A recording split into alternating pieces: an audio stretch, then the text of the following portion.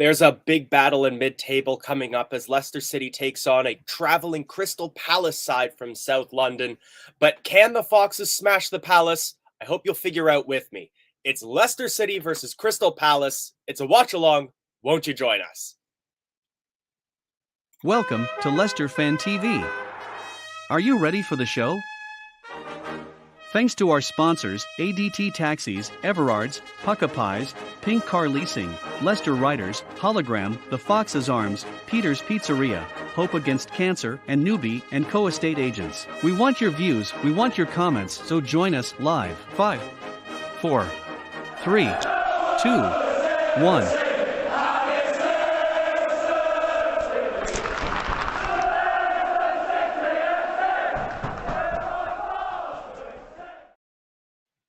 Yes, hello and welcome to Leicester Fan TV. My name is Elijah. I'll be taking you through today's watch-along with a couple guests as well who will be joining us shortly. But let's get right into talking about the pre-match. Let's talk about the lineups that we're going to be looking at for today's match between Leicester City and Crystal Palace. We can kick off with Leicester City's lineup, lining up with that familiar 4-3-3 formation that we've been seeing from Brendan Rodgers lately. Kasper Schmeichel, of course, takes goal. A back four consisting of Thomas this time. He takes the role of Castañas. Soyuncu and Amarte retain their back two partnership, and they'll be flanked by James Justin on the right wing. A midfield three consisting of Dewsbury, Hall, Mendy, and Tielemans.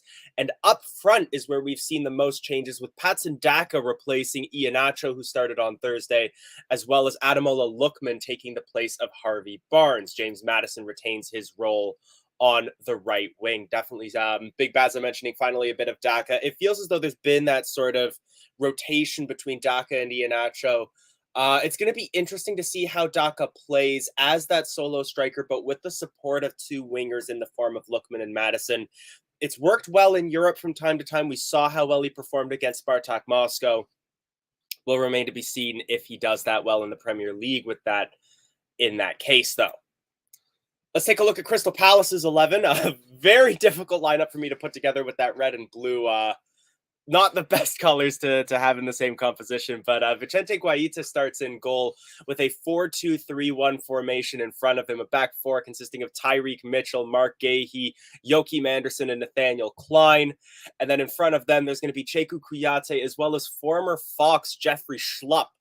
If I recall, I believe he scored against us last season. In front of them, there's going to be a midfield three consisting of Wilfried Zaha, Gallagher, and Ayew. And up front, as the solo striker, is going to be Jean-Philippe Mateta instead of Wilfried Zaha in that role. So a little bit of rotation that we're seeing from Vieira's side here as well. Let us know your thoughts on that, and I'll get a few of those up on screen. I think this was something we were all going to be expecting, was the fact that Brendan's going to be prioritizing this Thursday's match against PSV over top of anything that would be happening in the Premier League. It's definitely our most assured way into Europe. The fact that we played out a draw in Leicester definitely puts a lot more importance on that match that'll be taking place in Eindhoven. So I think a lot of us are going to be prioritizing that game, seemingly Brendan included. Sumare is not in the lineup at all, so I think it would be fair to assume that he is injured. Danny Ward also left out of the lineup entirely. I can pull that back up and we can take a quick look at the substitutes that Leicester have available to them. They will be Fofana, Barnes, Albrighton, Iheanacho, Chowdhury, Ricardo Pereira, Yannick Vestergaard, Timmy Castagna, and Eldin Jakupovic will be our backup goalkeeper for today. It definitely will be a tough match. Crystal Palace deserve to be where they are in the league. They are currently ahead of us. I believe we're tied on points. I'm going to pull up the table now to confirm that. Leicester City still have those games in hand. With 2 games in hand, Leicester City and Crystal Palace remain tied. However, Crystal Palace only ahead on goal difference, a goal difference of 8 at the moment. Palace in 9th, Leicester City in 10th. A win will take us into that 9th place. And we'll have us sitting 9 points behind Wolves, but with 3 games in hand on them. Apologies for my camera there. That it will be doing that throughout the match. There's really nothing I can do about it, unfortunately. But keep getting your thoughts in on those lineups. Get your thoughts in on today's match. Get your thoughts in on Thursday as well. What you might be excited for that. Yeah, I think like we were just mentioning, Gray. It looks as though Thursday is definitely going to be the priority for us in this match. With given the fact that we are currently on 37 points, even with a win today, we would be another 11 points off of 7th with our games in hand. It just shows how much of a challenge it would be for us to get Europe through the Premier League. However, again, we're in the quarterfinals. We've already played out that first leg.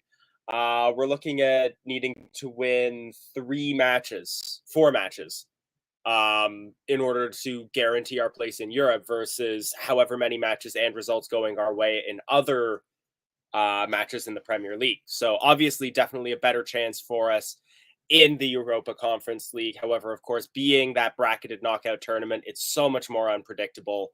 And that's why we've definitely got to prioritize. One thing that I will say surprised me a little bit in terms of this lineup, given that it looks as though we're prioritizing Thursday, is the fact that Mark Albrighton is being benched for today, which would imply that he's probably going to be starting on Thursday. And while I really like him, I feel as though his strength has generally been throughout this season and last, coming on in about the 60th, 65th minute as a way to sort of marshal and calm down our midfield and regain that little bit of control should we need, or to solidify any advantage that we might have should we have the lead at that point. In this case, yeah, I feel as though it might be Tielemans who could get benched, or possibly even, again, pulling back up at Leicester City line, probably Lookman or Madison who might get benched on Thursday in favor of him. Absolutely. I think Thursday is going to be very difficult. PSV aren't a team that mess around very much. They're currently second in the Eredivisie. They're keeping things tight with Ajax, which I think is a testament in and of itself. Ajax are kind of known for running away with the Dutch division every year over year. We could take a quick look at the Eredivisie table. I believe as it stands, Ajax should be ahead by... Ajax currently 6 points ahead of PSV, but PSV currently have sort of a game in hand that they're currently playing at the moment. 6 minutes in, they are 0-0 with RKC Waalwijk. But definitely going to be a tough match for us there. Let me add the link into the chat. So if any of you would like to join me on screen, if any of you want to offer the audience the sound of a voice that sounds better than mine, please click on there, share your thoughts. We've still got 20 minutes before kickoff. I will be joined for the watch along itself, or at least I should be joined by Ross and Michael, who are joining us shortly as well. So this is the interesting thing for me, is that Odsonne Edouard really felt like he would be one of the threatening forces for Crystal Palace. However, he does not start today. Edouard on the bench for Crystal Palace. Up front instead for them is going to be Mateta, with Wilfried Zaha falling back into an attacking midfield position on that left wing. So interesting to me, at least, that Odsonne Edouard, who seemed really dangerous for Crystal Palace after they signed him, starts on the bench today for Crystal Palace. Now, we can also take a look at Palace's upcoming matches. They do have the FA Cup semi-finals against Chelsea at Stamford Bridge coming up on the 17th on Sunday. So, but it would seem odd for them to be resting players for that, given that it's not a midweek game. Dave Hill, thanks for tuning in. Always appreciate it. Also going to take a quick look at what some of the past results between the two sides have been.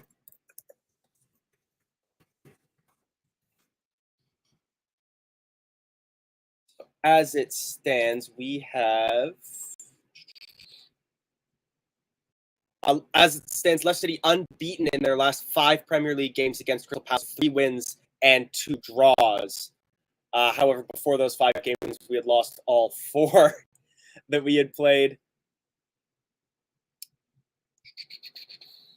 What other fun facts have we got in here? Crystal Palace have won 3 and drawn 2 of their last 5 Premier League games with a 3-0 win against Arsenal in their last match. That, of course, was quite noteworthy. I don't think a lot of people were expecting that from Crystal Palace, but it seems as though quite similarly to Leicester City, they've been a little inconsistent this season, and that's sort of how they found themselves in that 9th place position. At the same time, of course, they are coming off of 2 very big wins, that 3-0 result against Arsenal at Selhurst Park, 4-0 win against Everton in the FA Cup, and holding Manchester City to a 0-0 draw as well in their last 3 games. So they do have a bit of momentum on their side as well. Leicester City, in its last matches, of course, we tied 0-0 with PSG, 1-1 with Manchester United Old Trafford, and a 2-1 win against Brentford. So similarly, 2 teams that are coming in haven't lost in their last 3. I would say Palace have a little bit of edge in terms of momentum. However, it is a very, very evenly matched match here. Keep getting your thoughts in. Give me stuff to riff off of. And again, that link is in the chat. If any of you would like to come on, there's no paywall, no nothing. You can feel free to just click on and join me. Again, we've got 15 minutes until kickoff. Let's keep these discussions going. Also going to double check how the reverse leg went. If I recall, it was a draw. Yes, 2-2 draw between Leicester City and Crystal Palace last time out. Jeffrey Schlupp did score in that match. Michael Olise scoring to undo a 2-0 Leicester City lead with goals from Iheanacho and Vardy. So again, showing the way that Crystal Palace are a bit of a force to be reckoned with there. Now, of course, at this, and that would have been while they were also managed by Vieira. Callum, to answer your question, so the official broadcaster here in Canada is an online streaming service. You can watch all of the Premier League games there, so that's how I'm going to be watching it. I'm not sure how Ross is going to be getting a match. I know he's in the United Kingdom. And then it's a similar case for Michael. One of the U.S. mainland channels has the full broadcasting rights for the Premier League, and you can watch all the games online there. So that was, of course, a big result that occurred in the Premier League yesterday morning. That was the early kickoff, so I didn't get the chance to catch that one, as that would have been at about 6, 7 in the morning here. But yes, Manchester United losing 1-0 to Everton. And of course, it's the former Fox, Harry Maguire, that the goal goes off of in order for them to score. A lot of the feedback that I've been seeing on that match was just that it was a poor Manchester United performance. And yeah, it was just, they really didn't show up to try to beat them. And it feels very, very similar to when they lost to Sheffield United last season. Just a team that had no momentum behind themselves. When you go in and you just expect that you can win without putting in the effort, that's what can happen to you. And that's honestly one of the big reasons why, despite the fact that we are playing that sort of reduced lineup or prioritizing Thursday, we need to make sure that we get full effort from these players in order to ensure that we can take all 3 points. Chitalu, I'm not sure what time zone you are in. However, the game will be starting at 9 o'clock my time, which I believe would be 2 o'clock in the United Kingdom. The kickoff is going to be in about 15 minutes. So it's going to be at the start of the next hour. And Hayden, glad to see that you'll be tuning in when you can after work. We'll be happy to have you. So yeah, again, that result between Manchester United and Everton, it's definitely going to blow open that race for the top 4. But I'd say also, unfortunately, what that's going to do is, what that's going to help us with is the fact that those teams in that European chase are not picking up points. We also saw that with the fact that Brighton took points off of Arsenal as well. Those are the teams that are a little bit higher, the ones that we don't necessarily need to see dropping points. However, of course, Manchester United currently in that 7th position, and that's the place that I would say we're currently chasing for. Sitting in 7th, 31 games played, 51 points. Leicester City in 10th.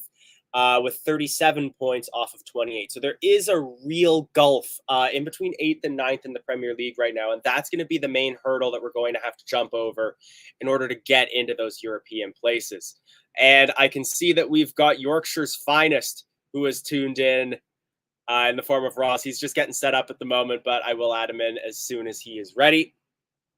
Kickoff in 13 minutes. We'll have a little bit of time to riff, which I'm pretty sure will mean I'll give Ross one topic and he'll be able to talk until kickoff. But yeah, as well, I think we definitely need to see Wolves dropping some points as well. However, again, we're 4 games in hand on Wolverhampton Wanderers at the moment.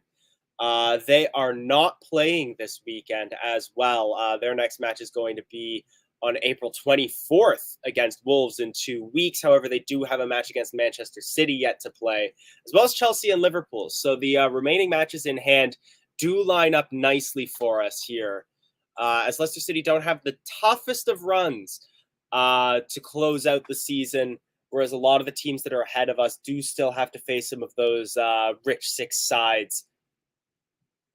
Around the horn as well, there's going to be a big game in the relegation fight between Norwich City and Burnley at Carrow Road. We're going to keep you up to date on that match as the Leicester City game goes as well.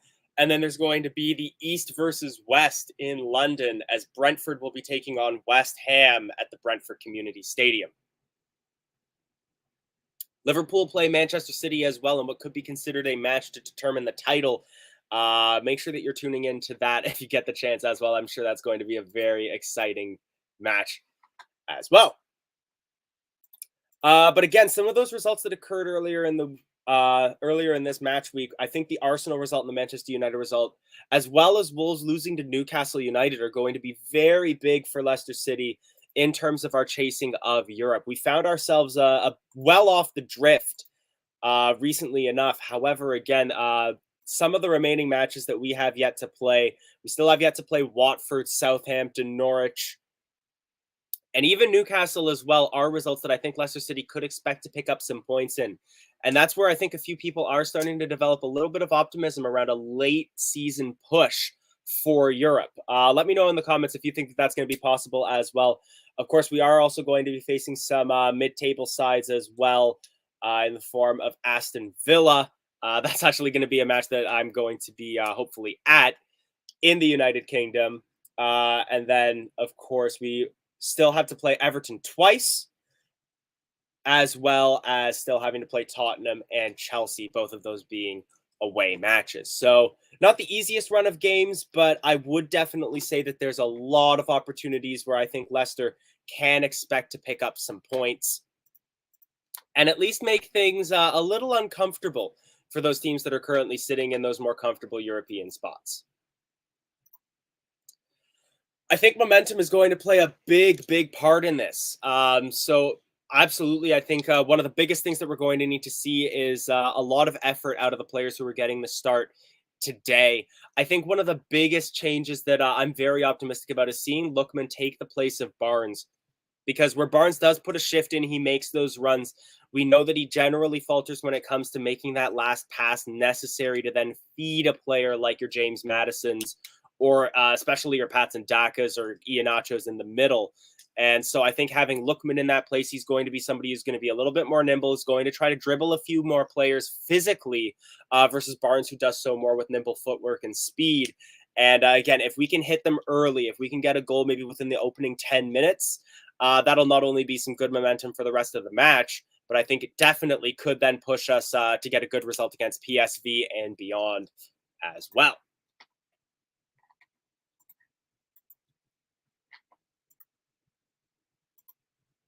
Pete Brown saying, we've thrown away bigger leads in the final run-in. No reason teams above us won't do us a favor. Exactly. There's been times where I remember the bookies had us at about like 89, 90% likely to qualify for the Champions League. And if we can't hold that position, there's no reason to say any team is set where they are in the Premier League. And absolutely, Joe, Lookman's final touch is going to be crucial today. It's going to be very important that he can maintain those dribbles. We've definitely seen that's sort of where he can be a little bit hit or miss. I absolutely rate Lookman. I think we should sign him at the end of his loan period as well. And yeah, if he's on his game, I think that's definitely going to sort of set the mood for the rest of this match as well. Exactly. And I think that was one of the biggest things that sort of frustrated me about Harvey Barnes in the last match was he seemed to be trying to score the perfect goal, and he very nearly did, hitting the crossbar against PSV. However, sometimes you just you don't have to play the prettiest football. You just have to get more goals than the opposition, and that's what we need to focus on today. Yeah, absolutely. That crucial touch in the final third and our ability to hold on to the ball until we can take the shot. It's usually that final pass that lets us down before we even get the chance to take a shot. And that's why it doesn't really end up showing that often on the final score sheet and on the stats as well. Really hoping to see Lookman excel here. Looks like Dave Gavin is going to be as well. Daka, he's been so hit or miss this season. I definitely think that's been part of his sort of adjustment to the Premier League and the way that the Premier League plays. There's definitely a great player in there that we just haven't seen at his full potential yet. So definitely going to be hoping to see him put in a performance as Dave Hill is as well. Ross, are you ready to be added in? I'm hanging. All right, so that means that means hungover. In case you know what. Fair enough. So it's going to be an exciting watch along today, is what you're telling me. Oh yeah, well, at the minute I'm cooking at the minute, so. Would it be a watch along with Ross if there wasn't food? Come on. Yeah, I'm having. Actually, I forgot what I'm having. Minced beef and onion slices. So I have to check what I'm having with some chips and beans. So. Fair enough. Yeah. Oh, well, it's the perfect time that we've added you because we're 6 minutes to kick off. Let's talk score predictions. 2-1 Leicester. I've said 2-1. 2-1 Leicester, 100%. So, yeah. I'm going to be unusually optimistic today, and I'm going to say 3-1.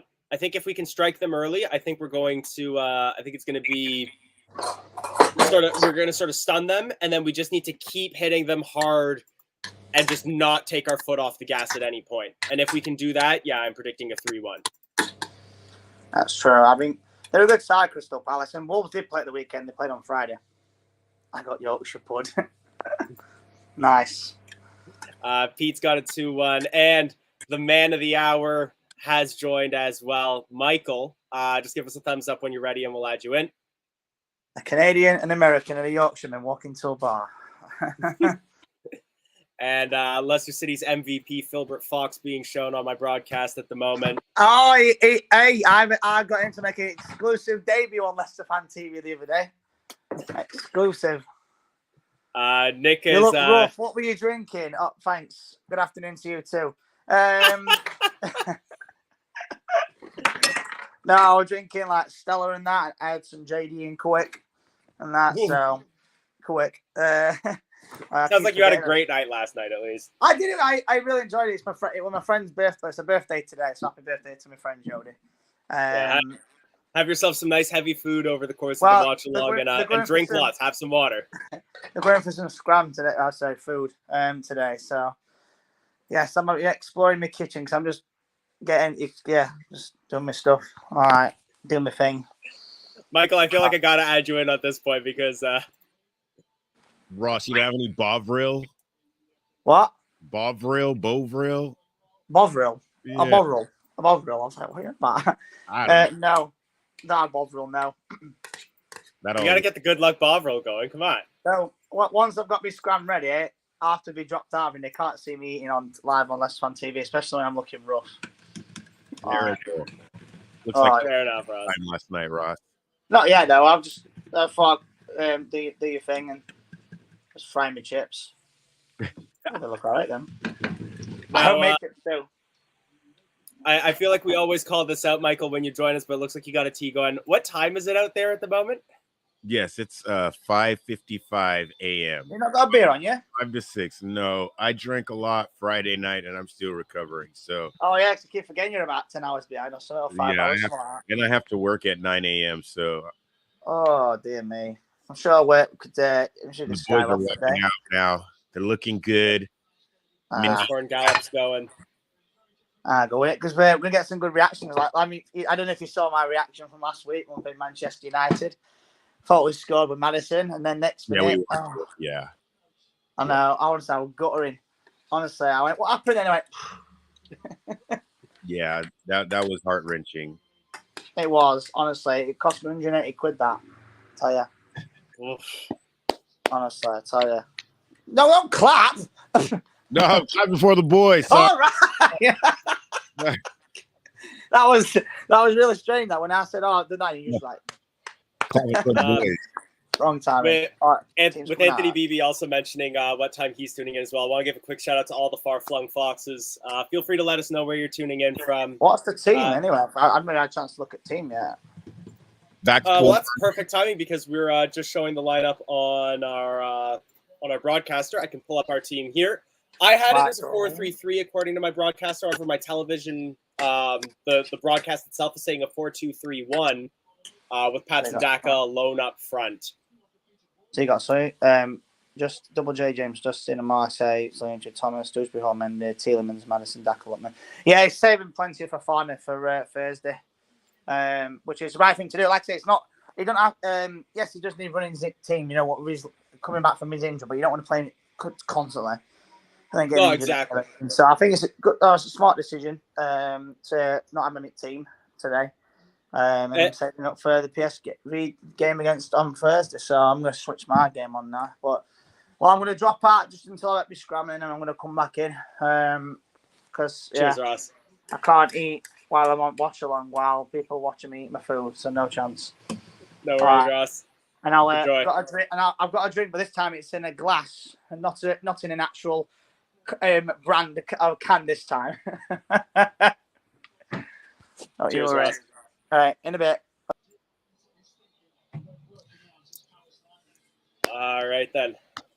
So, yeah, those lineups, pretty exciting for me. Both teams seeming to sort of match each other up with the 4-2-3-1 formations, at least according to my broadcast here. So a little bit surprising to me that Daka is being left alone up front. He hasn't performed that well when he's the sole striker. Yeah, again, it looks like we got one eye on Thursday with this lineup. But, I mean, we still have, Madison, Tielemans on the pitch. It's good to see Dan Marty back in the lineup. Oh, is that my alarm, really? It's time to get up and watch the match. Football time. No worries. I want to talk to you about Mark Albright when you get back as well.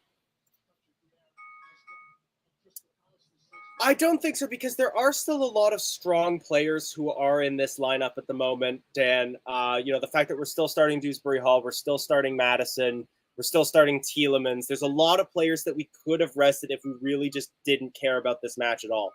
I think this is a really nice balance that we've got between going for this match and saving some of our best players who really aren't well set for games in quick succession for Thursday.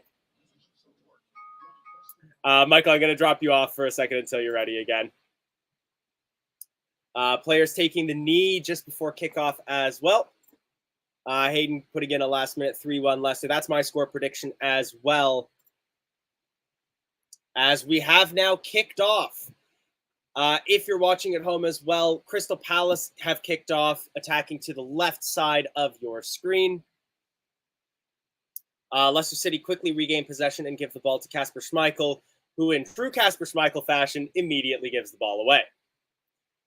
Palace maintaining possession around the center circle at the moment and passing the ball forwards. We force them to turn around. We're playing a bit of a high press. 4 players coming forward. That would be Lookman, Madison, Dewsbury Hall, and Daka, all giving very little space to the Palace defenders. And we do regain possession. They're trying to play a lofted through ball over towards Dewsbury Hall that will not get there. Michael, you ready to come back? All right. So we can also get synced up as well. So we've kicked off on my screen. I've just got the hashtag on right now, so I can't get a timestamp. Oh, yeah. 53, 54, 55, 56. Yeah, it has a hashtag still, so I'm probably a little behind. 55, 56, 57. I'm paused at 105. Okay. 101, 2, 3, 4, 5, 6. Perfect. 7. Woody, just to answer your question, so Michael and I are both based in North America. I'm in Canada. He's in the United States. So we're able to get all the Premier League matches through the official broadcasters. We got to pay for the service, but it's an online streaming provider for both of our countries. Yeah, the streaming service that I'm watching today has all the Premier League games, all the replays. But the game that's on the actual cable TV isn't on the streaming service until tomorrow. So you'd have to watch it on a TV, and that's the Man City Liverpool match. That's interesting. Okay, because here in Canada, like, it's not a cable channel; it's a purely online service. So it's just all the games are online. There's nowhere else you can really watch it except online. And then they keep the matches for about 2-3 weeks, and then they delete the streams, and all you can watch is the highlights. No, they keep the match the whole season. Also, which is really interesting, is that they played 2 matches on the cable channel tonight or today, and they're playing the Norwich Burnley match right now. Well, I kind of understand. That's a huge match for the relegation race. A win for Burnley will keep them right on Everton's tail, and sort of keep that media narrative alive about how, one of the most storied clubs in the Premier League, unrelegated in 60 so odd years, in serious chance of going down. Faith and Andy, thank you both for tuning in. We're happy to have you. 2 minutes, 48 seconds in, remains 0-0. Crystal Palace passing the ball around at the back. However, I believe that was Nathaniel Klein gives possession away for a Leicester City throw-in an attacking position.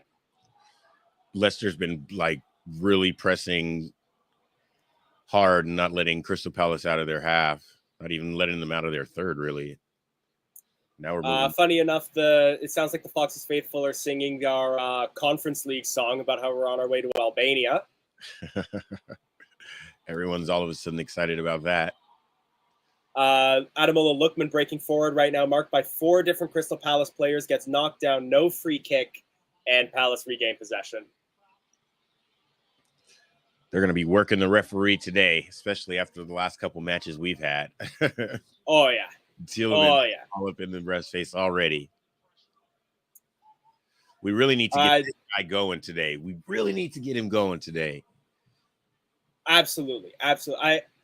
I'm always a proponent that's saying that the first 10 minutes of a match are going to be crucial, and I'm really liking the intensity that we're playing with. For what we mentioned in pre-matches, a match that it doesn't seem like we're taking all that seriously. We're really not giving Crystal Palace much peace. We're not giving them time on the ball. Even just now, they're James Maddison chasing down Tyreek Mitchell, forcing him to play the ball off of him for a throw-in, and we're keeping Crystal Palace penned in their defensive third at the moment. We got to keep some of the pressure off Soyuncu. Hey, he's got Big Dan in partnership in central defense. So both Evans and Fofana being rested, but we've seen that Dana Marte can't beat us. What a ball from Luke. What a through ball. And he just puts it so wide. Bro, that wasn't even close. That wasn't even cross close. On the ground would have been there for Daka. Daka had his man beat. But what a great ball from Luke Thomas to split the defense around the edge. And Lookman had so much space. The only break that I might give him is that the way that the Palace player was breaking him down, he really closed down that angle. I don't think he could have made that pass. Yeah, the pass to Daka. Yeah, but right. Just a poor shot in the end. But again, that high press, Gaeta plays the pass short, and we actually pen back the defender. I think that was Anderson. Back into the corner. He tries to play it off the Leicester City man, but it goes back off Anderson, and we've won a very dangerous looking throw-in. If we had a Rory Delap type player, that could be right in that 6-yard box. It's really good to see Luke Thomas back. Hugely. Yeah, he needed a break. This is a good match for everybody to come back to, I think. As a nice win. Luke Thomas plays across the looking for Daka, but it's just out of reach for him. And Crystal Palace will clear as far as their midfield, at least. It's Zaha. He passes it infield. Palace looking to come forward right now. As more of our squad have been recovering from injury, it's definitely started to look like we have a bit more of we're a bit more spoiled. We have when it comes to our choice. Yeah, we have depth. one of the stats the guy says that we have had 17 different goal scorers this season, which is there you go. Outrageous. It's crazy. And one thing that I did want to discuss with you a little bit is that if I was a little surprised that, given that we're playing a little bit more of a skint lineup, that he didn't start, is obviously the most prolific goal scorer in Leicester City history, Mark Albright. As well. He'll probably a little surprised because this would imply to me that he's probably going to be getting the start on Thursday. I would assume in the place of Lookman. Yeah, he'll probably play Thursday. I don't know how much faith Brendan Rodgers has in Adam Lookman. Zaha coming in. He's broken into the penalty area, tries to play a pass across the penalty area. He was looking for Mateta, but he misplays it, and that will go out for a goal kick. Some good pressuring defense there by Dan Amarte. Was he trying to pass it? Tielemans gets the ball just taken off of him in the midfield. Yeah, like that. Wilfred Zaha's a classier player than that. I can't think that was a shot. Yeah. Mike, thanks for tuning in. Definitely appreciate all of you who come in, leave comments, give us things to riff off of. This content is just as much by us as it is by you. And yeah, Dave. So that's the service that I use here in Canada. So DAZN is the official broadcaster here in Canada, and that's how at least I'm able to watch the match. Yeah. And I have it's NBC. It's like one of the main channels, NBC, and their streaming service Peacock. And of course, as well, if you haven't gotten the chance to read it, read the Premier League NBC article about Michael that they wrote. They've been profiling different US-based fans as part of the We Rise campaign, I believe they've been doing. And right. You were the Leicester City representative. Yeah, there's another Leicester guy they did a couple weeks ago, too. I don't know him, though, which is weird. But yeah. We'll get into your comment, Simon, in just a second. As Gallagher has a free kick in a dangerous area, he's going to be playing across into that 6-yard box, or at least into the penalty area. In-swinger comes in, and Soyuncu does a great job of making himself big and clearing that ball out. Nice. Misplaced, desperate pass there from Crystal Palace will go out for a Luke Thomas throw in our defensive area. I would say it has been a good start so far. Oh, it's been a good start. Leicester City have been we've been putting pressure when we need to. We've been reasonably solid in defense. It's a cagey affair, but we've definitely been doing well, and we have good things to show for it. A very solid start, I would say. Only thing that's been missing is a goal, and we had a gilt-edged chance that Lookman just didn't have the opportunity to put in, unfortunately. So Simon Hodgett coming in here and saying, do you think Rodgers was playing a back three down to choice, or was it because of injuries to defenders? I'm almost certain it was because of injuries. Given the fact that once he's had his full defensive repertoire back, we haven't played a back three even once. I think that shows that it was not a preferred lineup for him. I always thought he wanted to play a back three, but it just wasn't working for us, you know. It just wasn't working for us. He had to rotate guys all the time. And, you know, maybe the fans, we weren't as attack minded, you know, and he might have heard it from us a little bit. So this is working a lot better for us. I mean, for me, it's more points where it's like we were starting Mark Albright as a left back. And when we're doing that to me is a sign that we are starting a front four before we will ever do a back three again. Right.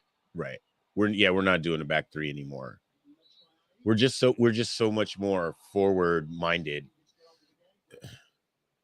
We just have way too many forward minded players that need to be in the game too. I don't like this ref. And I think this is his first season too, or maybe like his first full season. It's fair. I missed the part where on the scoreboard it shows who the referee is, and I only know like 2-3 referees by names. Yeah, he's brand new. He's brand new. He's not that Australian, is he? A nice through ball that was looking for Ademola Lookman there, but Crystal Palace's defense does well to close him out, and Guaita will clear it back towards the halfway line. Soyuncu's there to head it back in.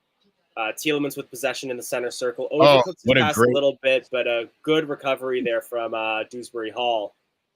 We come forward again. Luke Thomas with a nice pass through to Dewsbury Hall. Takes it all the way to the byline. Oh, Oh, Man, and Thomas gets dispossessed in the penalty area. this is what we've been talking about. The Oh, final. Ooh. Pappy Mendy is gonna get booked for that. Did he slip or what happened? I don't know, but he goes studs up, misses the Even ball says he entirely. slipped to the referee, but Somehow Ooh. only gets away with a warning there. I'd be fuming if I was a Palace fan that he didn't get booked They're for gonna that. have to go look at it. Oh. His studs were down, so I don't think he'll get sent off for that. But yeah, definitely just a should have been booked for that. Oh man, he took some big divot out of the turf with his studs as well. Oh yeah, just chops Mateta down like a cherry tree. Yeah, and tries to get a 2-for-1 deal by taking out Sayuncu as well. Mendy wants to play. He's ready. Mendy does. That's a play from a hungry player right there. Good play from the midfield. But what is Patson Daka doing there? Takes a shot from about, 35, 40 yards out. He's getting fouled. No free kick given, though, and Palace will play it out from the back. Oh, wow. Mike Davies calling out, we all love Mark Albright. I got his shirt on the back today. Unfortunately, I caught COVID last week, so I haven't been able to finally finalize my big kit-based project, which is I bought a whole bunch of different name sets. I bought a Fabregas name set and a Coutinho name set and just an L. We're going to hack those apart at a local football shop, and we're going to get a classic Albrighton shirt in the old Premier League font, the defending champions kit. Finally making that happen. Nice. But I can't do it until Monday. How are you feeling? You all right? Yeah, I didn't get hit that badly, thankfully. It was the dumbest reason I caught it. Just this guy on a streetcar just coughed directly on me. I got sick like 3-4 days later. But no, I was leveled last weekend, just bedridden, fever, cough, and I'm fully vaccinated too. So I could only imagine how bad it would have been if I wasn't. Right. And in Canada, we still have a mandatory 5-day isolation period. So I've done that, isolating for 5 more days just to be safe. And that officially ends sort of at the end of the workday tomorrow. And I'm going to go get that kit done. Nice. Perfect. I was joking with a friend of mine that I'm going to feel pretty bulletproof when I go to the UK now, finally, because fully vaccinated, finally got it as well. I'm fearless. Yeah, you're ready to go. Oh, just a long ball over the top to Madison, just a little too long. Madison doesn't run onto those type of balls. No, Madison's strength has always been in sort of dribbling through players more than chasing anything down. Yeah, he's out here on the wing in that front 3, it looks like. Enfield's finest tuning in. Fee, thanks for joining us. Welcome, Fiona. Fee, I know you were messaging me about how you were going to see if you could get tickets to the Aston Villa match as well. Let us know if you had any luck with that. I believe you also recently went to go see the unveiling of the Vichai statue, so let us know how that was as well. Luke Thomas to take a throw in right in front of Vieira.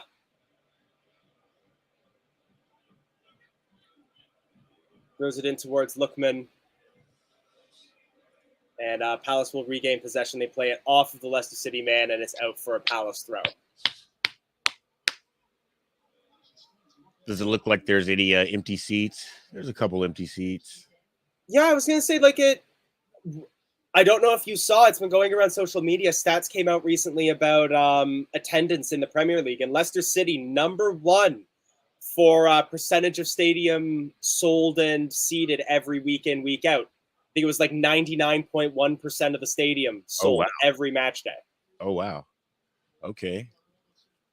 So a very good sign about the growth of the club, and definitely good for us to look forward to that expansion of the stadium. That's going to be completed, I believe, by they were saying like 2028.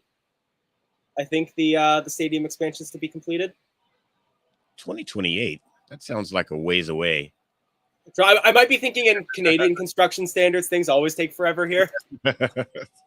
We've been building a new transit line in my hometown in Toronto that's supposed to reach from the west side to the east side of the city up in one of the northern districts.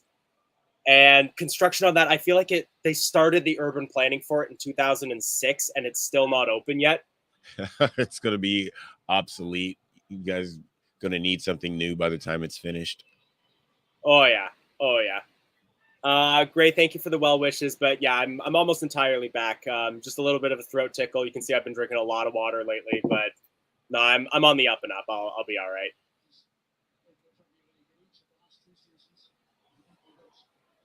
James Justin breaking forward on the right wing right now, lays it off towards Madison, who's got some space, but he's well marked. I realize that's a bit of an oxymoron, but the shape that Crystal Palace took defensively was good. They cut off the sort of running paths, and we're forced to play the ball all the way back, but we maintain possession. I'm going to take a quick look at the stats at the moment. Very even. 53% possession to Leicester City as Tielemans lets the ball roll by him in midfield and Palace regain possession. Yuri's focus is not on at all. No, definitely. It's been a worry for me about him that I know a lot of people were saying that they worry about the fact that like his head's been turned and just he hasn't been the same player since then. He's shown his class, but just definitely not the Yuri of last season.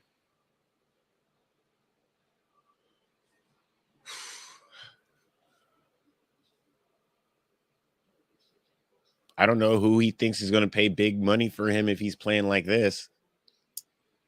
Well, honestly, the thing that disappoints me is the fact that he's only been valued at $25 million for sell for next season, and that is going to be it. Even in his current state, like if he plays like that for his new team, 25 is still a bargain. Good break for Mateta at the moment. He's one-on-one with Soyuncu, takes the shot, and a great save by Kasper Schmeichel. Whew, what a good strike by Matete. Very well played by Mateta. You can only imagine how much James Ward-Prowse would cost us, though. You know, you're going to be paying the English tax. He's one of Southampton's finest players. Also, let's not forget the track record we have signing players from Southampton. Southampton owes us. Southampton owes us. They owe us James Ward-Prowse for the fact that we took their players off their hands. Wow. Oh, man. And they just lost 6-0 to Chelsea, I believe, on Saturday as well. Yeah, they look bad. Mike, I'll be honest, I'm not sure which way is east and which way is west on my screen. I think Palace is currently playing towards the Kop.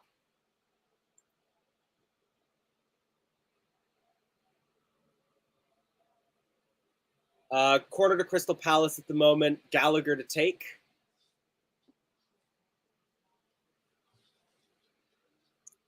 Good to see some man marking, although Tielemans still playing zone at the moment.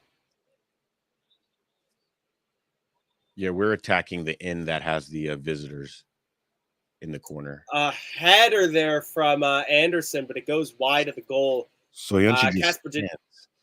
Kasper wouldn't have been there if that had been on target.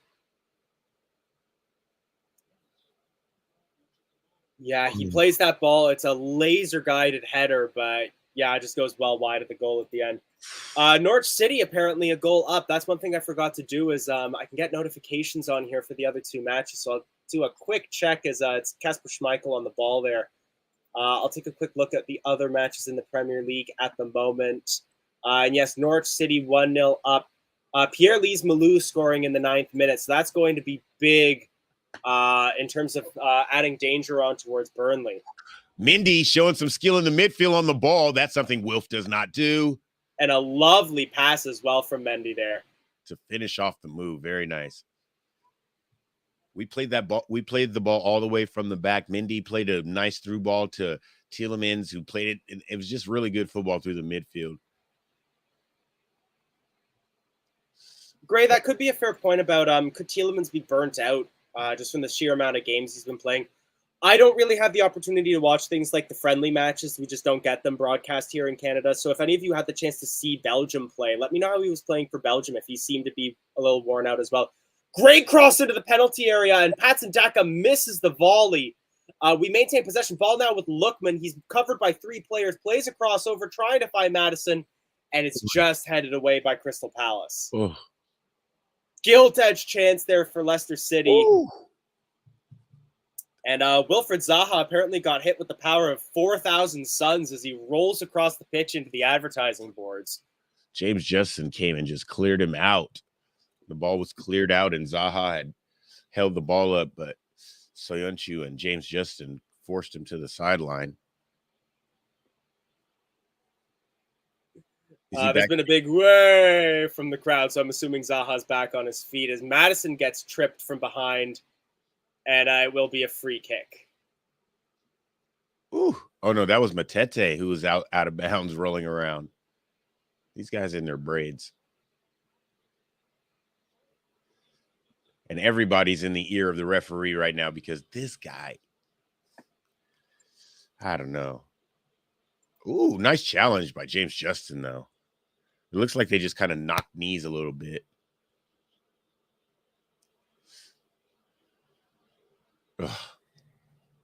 Just a quick internal update. Ross won't be joining us for the rest of the watch along, so take the chance to rest up. Hope you feel better. Ross, you've had all day to recover, bro. Quick timestamp update as Madison takes the free kick. We're at 22 minutes 30. Ball nearly falls to Danamarte there. He's got to try to take that header. It like shocks them both. It just kind of sneaks up on them. They don't know who's going to hit it, and the ball just goes straight out of bounds. What a great ball by James Madison. If Danamarte could take that header, we're a goal up. Jump. He doesn't even leave his feet. And then it goes off Soyuncu's chest out of bounds. More high pressing, though. We put the pressure on Gaita. We put the pressure on the midfield or on their defenders as well.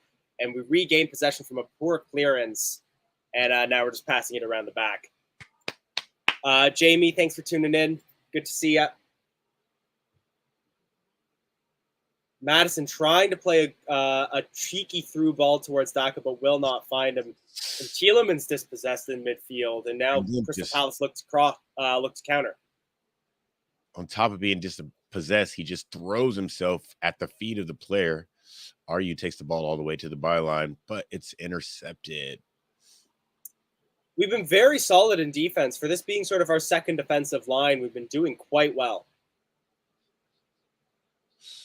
Nice. Dewsbury Hall gets knocked over by Gallagher, and that'll be a free kick. Some nice football to get the ball out of danger in the corner there. Dewsbury Hall draws the foul, relieves some of the pressure. Happy Mendy with the ball in midfield, plays it all the way back to Soyuncu. We got to score. Thomas's pass is intercepted, and Brendan Rodgers showing a little bit of hustle, picking that ball up and passing it to his player. I think the biggest thing is just Tielemans hasn't been confident. He does not look confident on the ball. He hasn't And that's one of those things, like when he's confident, that's when he's scoring screamers, winning FA Cups, that sort of thing. Yeah, he hasn't scored in a while either, has he? No, I couldn't even think of the last match he scored in. Would it have been like... There's something in my mind saying Watford, but that was so long ago. Did he score a penalty recently? I want to say that might have been Watford. Didn't he score a penalty against Watford in the FA Cup? Wow, yeah, it's been a while. Dave Hill calling for him to be benched with Vestergaard. I don't know about that, but for all the hate Vestergaard's been getting, and some of it has been warranted, I would say that like he's shown up in the last couple games where he started. Probably understands how much we hate him. He needs to play a little better. I hope he doesn't turn into an Adiak and Bailly type where just the fans turn on him and then he turns on the fans and it just spirals downhill from there. No, he's definitely gone in the summer. I mean, who's definitely going to be gone is going to be Ryan Bertrand. Like, I swear we're going to release him if we don't sell him. Yeah, all these guys, we're just going to just write them off. We have to. Oh, a nice through ball that was looking for Dewsbury Hall there, but it's just overcooked and intercepted.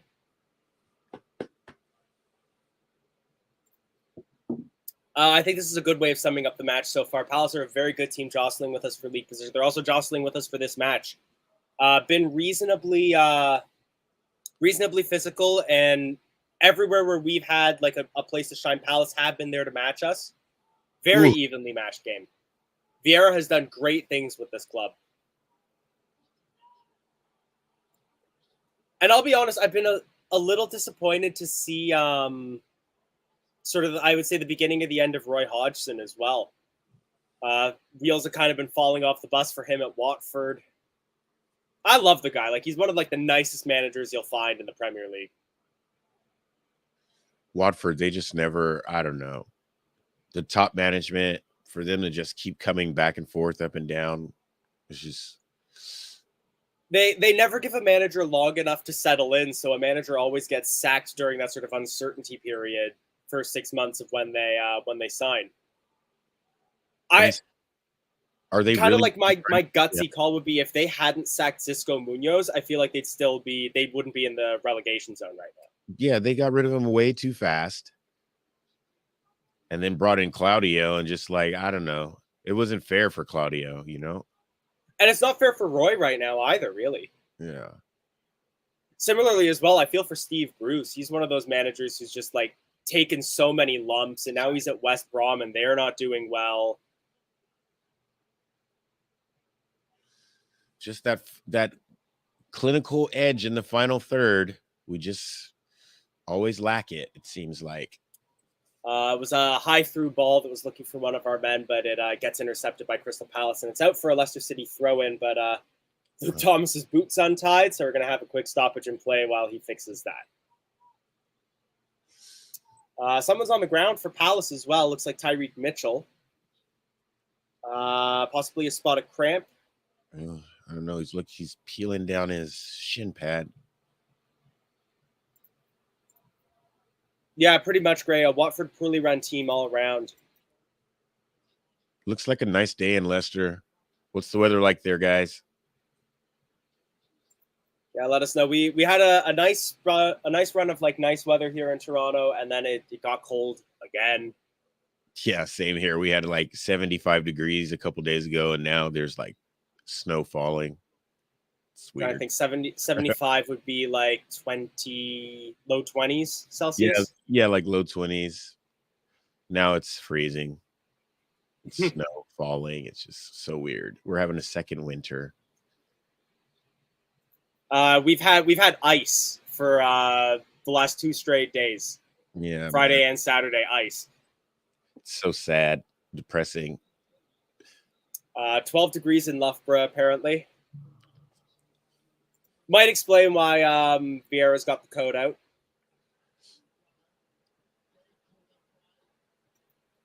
Correct me if I'm wrong. Is Gallagher on loan for Chelsea? He's on loan. Or did they sign him? No, he's definitely not staying at Palace. Yeah, he's on loan from Chelsea. I thought he was one of those Chelsea players. There's also there's a Chelsea player I want to say on loan at Norwich who the fans have really turned on recently. Scottish player, I want to say. Yeah, Chelsea has a lot of players out on loan. All these big clubs do. Tyreek Mitchell leaving the pitch now because he's received medical attention, but he's back on his feet, which is a good thing to see. You never want to see a player have to leave due to injury, be they yours or your opponent's. Goodness gracious, Anthony. So 91 and 99 degree weather. So that'd be about 36 to 38 degrees Celsius. Yeah, that's hot. My general benchmark for Celsius to Fahrenheit is just remember that 100 is a fever in Fahrenheit. So 38 Celsius is 100 Fahrenheit. I always just say times 2 plus 30 plus 32. Yeah, Gilmore. That's the player I'm thinking of at Norwich. Billy Gilmore. Players or fans have really turned on Billy Gilmore from what I was reading. Norwich is one of those teams I feel for. That just like I'm glad they're sustainable, but boy, just every season, you know, you're either going to win the championship or place last in the Premier League. Yeah, that's true. And Mindy, to relieve the pressure, he carries the ball all the way past the halfway line and draws the Tyreek Mitchell wants to take home his undershirt, apparently, and just pulling on the arm there. Good run by Poppy Mindy.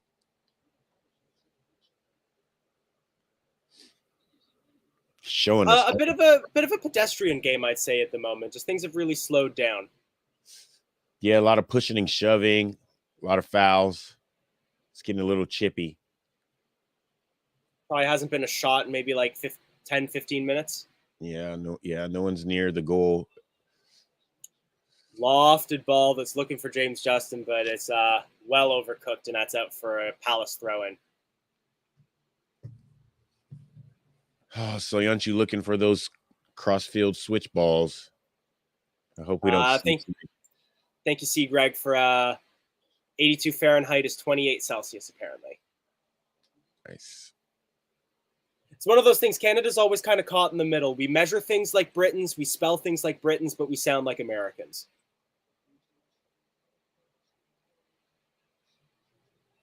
If there's a word we can put a U in it, we put the U in it. Neighbor, color, flavor, add the U. How about theater? RE.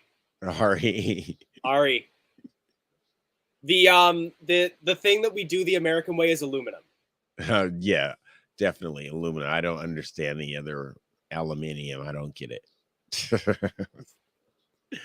Sounds like a periodic table element. And then the weird thing is, like, so all of our like standard measurements we use the metric system for, but we like colloquially we still use imperial. Like I know my height in inches and my weight in pounds, but like I buy drinks by 2-liter bottles and 1-liter bottles and 591 milliliters and stuff like that. We use mom. We do use mom here in Canada instead of mom. Mitchell's coming off. He's done. Mitchell is off. Ward is on. So it looks as though whatever was going wrong for his could have been his hamstring, could have been his shin. It has proven bad enough for him to leave the pitch. We'll obviously be hoping for a speedy recovery for him. Jake, we're happy to have you, even as a Palace fan. We'll be putting the link on at halftime if you want to share your views as an Eagle. You can feel free to as well. So that's actually one of the interesting things as well, is that I know that that's sort of the U.S. is kind of split on that. Like where you are in the States depends on whether you say pop or soda. Right. It's a regional thing. We're pretty solid on pop here in Canada. I'm pretty sure. I don't think there's really any regions in Canada where we would say soda. Oh, come on, you guys. Tielemans with the ball now. He thinks it's the FA Cup final, and he almost finds the target. Forces Guaita into a diving stop, but it's beyond Guaita's fingers and beyond the far post. And when we got them pressed into their third, but we just aren't clinical. Palace are falling back in numbers, and the thing is just they're cutting off any of the passing avenues that we would have had. Like maybe Tielemans could have tried for a lofted ball that Lookman could have gotten his head to, but that would have been a very, very tricky pass to play. Yeah, Palace is really compact when we get the ball around the 18-yard box. I mean, they are on it. Also, I think one of the things I'm going to mention as well on the accent front, Palace on the attack here. It's Wilfred Zaha in the penalty area. Great block by James Justin, and Leicester regained possession, but Maddison under a fair bit of pressure gets tripped up, and that's a free kick to Leicester City. Toronto has just massive immigrant communities as well. So it's one of those things where just like you'll find different forms of English in different neighborhoods in Toronto as well. Like I think it's 51% of Torontonians are foreign born. So you'll find so many, like you'll find like patois and like different forms of pidgin spoken in Toronto as well. Which is crazy to me that there's like so many Jamaicans. Oh yeah. It's so weird. I'd say the only universal thing you'll find in Toronto is that almost nobody pronounces the second T in the city. Toronto. Turonno. That's like our form of Leicester. Is that you do not say the second T in Toronto. Toronto. Ooh, Luke Thomas. Palace regain possession. They're running forward in numbers now. Cross comes over and Schmeichel comes out and collects that in front of Mateta. Good ball from RU, but Schmeichel was on top of it. But Luke Thomas just gets totally shoved off the ball right in front of the technical area. It's one of the places where we say that Thomas is lacking. Like, he's a class player, especially for his age, but he just doesn't have that Premier League physicality yet. Yeah, not yet. Gonna have to get in the weight room this summer. By the time he gets up to like 22, 23, he'll be there. But he's what? Like, he's 19 right now, I want to say? Yeah, he's like 20. He's young. Yeah, he's 20 at the moment. Oh, come on. You got to get it James back. Justin just gets shoved in the back, and that's a free kick to Leicester City. Could be within Tielemans Madison's range to put in a good cross into the penalty area and in swinger. Yeah, Madison standing over the ball. Looks like Daka is the target. Oh, we play it short, goes to Tielemans. Oh. And we're back to Siyachu. Strange choice there, but just the momentum is totally gone now. Right. I don't understand why we're not just pushing everybody up and playing that ball in the box, but whatever. Poor pass from Madison, but well collected by Patson Daka there to collect the ball off of Wilf Zaha. Leicester City breaking through the middle right now. Through ball that was looking for Madison, but it's intercepted. Big tackle there from Luke Thomas on the back of Palace's number 15. So that was Schlupp, and it's a free kick to Crystal Palace. Yeah, this game is getting pretty physical. Mike, I feel like this is the same thing that Daka and Iheanacho suffer from in pretty much every game. Is that they're players that sit up front, they look for a through ball, they look for a final pass, and then they're one-timer shooters. But we haven't made any of those passes. Excellent ball that finds goal! Find Ademola Lookman. He dances through two players, and a lovely ball into the bottom corner gives Guaita no chance. And with that, it is Leicester City 1, Crystal Palace 0.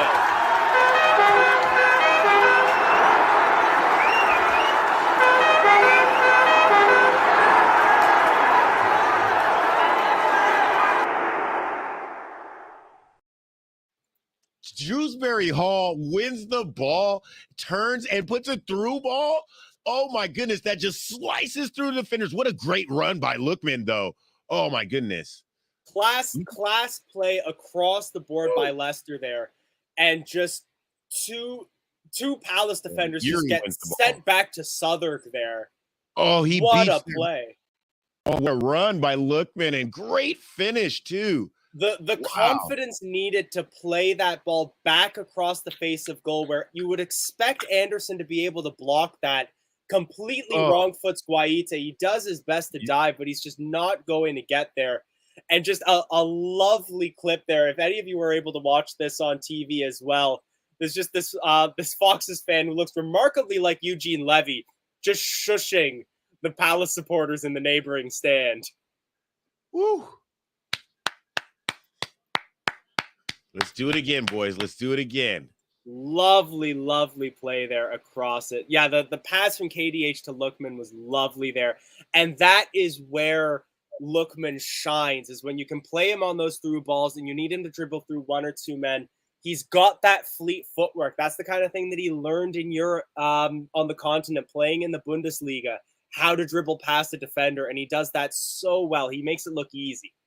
And I was just talking trash about Yuri Tielemans, but he wins the ball in the high press and just makes a really good, just like impromptu pass that finds Shrewsbury Hall, and Shrewsbury Hall just shakes his man across the field. And what a run by Ademola Lookman.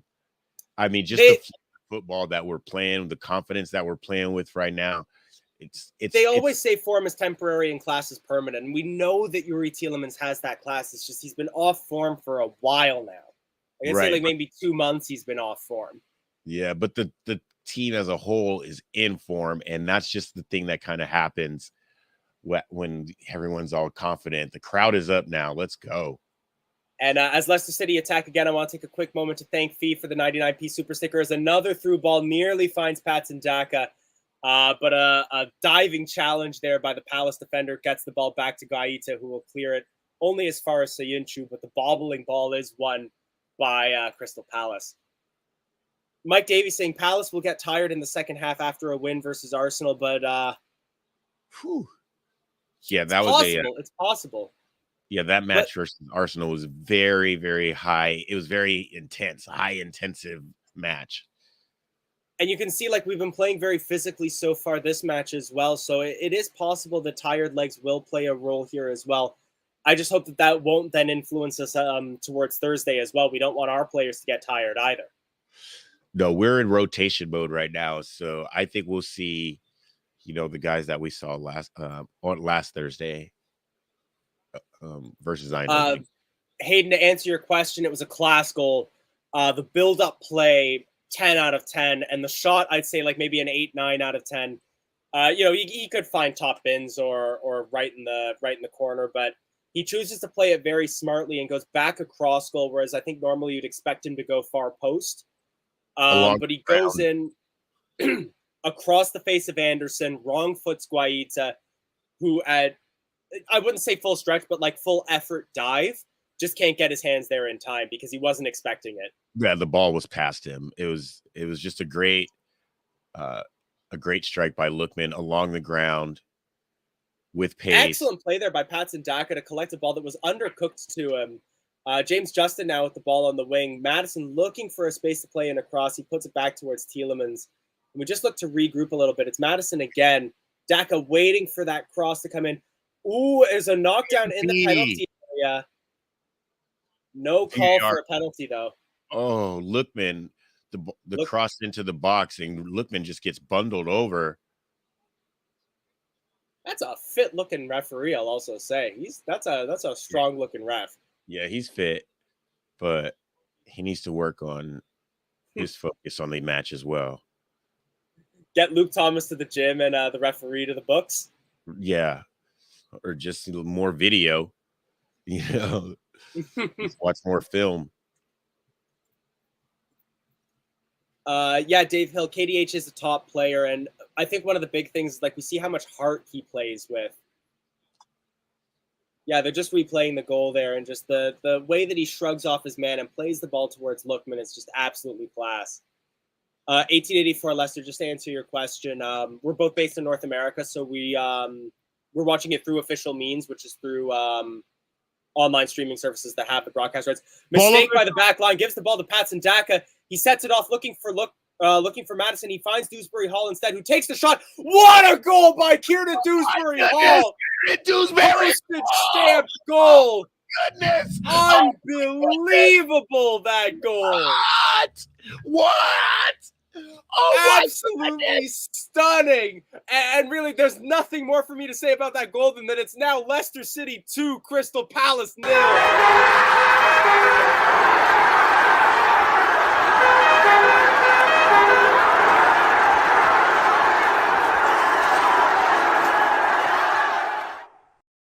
Oh my goodness. James Justin plays a ball high into the box and Patson Daka runs onto it. And Madison has a run towards the byline, but Daka lets Madison's run through and puts the ball across to Kieran Dewsbury Hall, who kind of bubbles his first touch, but he turns and just swivels, takes one. Oh my God, what a strike! The moment Dewsbury Hall had his back to goal, I gave up any hope on us scoring. I thought he was just going to play it back towards like Tielemans or Mendy. Out to Luke Thomas, but he just turns and fires into the back of the net, and makes a fool out of Cheku Kouyaté, I could add as well. Kouyaté had him marked, but he just gets that extra bit of pace on him, gets that little bit of space, and just gives Guaita no chance. Mike Davies coming in with the come on, you Blues. Now, one thing that I was going to ask is, like, do we use COIB more often than we use COIF? I don't know. We just that's a question for all of you watching in the UK. I used to know it more as using COIF more than COI Blue. Oh, Faith, when you get the chance, there's normally like the Premier League will put a highlights video up, or the Leicester City channel will. Watch that when you get the chance. Class goals, both of them all around. And just what a way to find ourselves 2-0 up. Right on the stroke of halftime as well. We're into injury time as James Justin now has some space. He finds Madison, who takes the shot. It's deflected, and that'll be a corner kick to Leicester City. Fee with another 99p super sticker. Thank you so much. We always appreciate it. Fox's tails are up. Fox's tails are up. Big shot there. Goes off the defender. Trying to see who that was deflected by. It's someone whose number ends in 2. Actually, that might have been Gallagher. Then he's the only player on the pitch. Or no, Joel Ward, number 2, who came on. LCFC Gray with the £2 super sticker. Thank you so much. Blue Army, hugely appreciate it. Helps us. All of us who do the commentating, we're volunteers as Madison plays the corner in. So any money that comes into the channel just goes right back towards paying for things like our StreamYard service. Halftime is called, and it's Leicester City 2, Crystal Palace 0. What a first half. What a great half of football. It was kind of like lulled at some points, but then the goals were amazing. Great football by Leicester City. Oh, my goodness. I'm just so excited right now.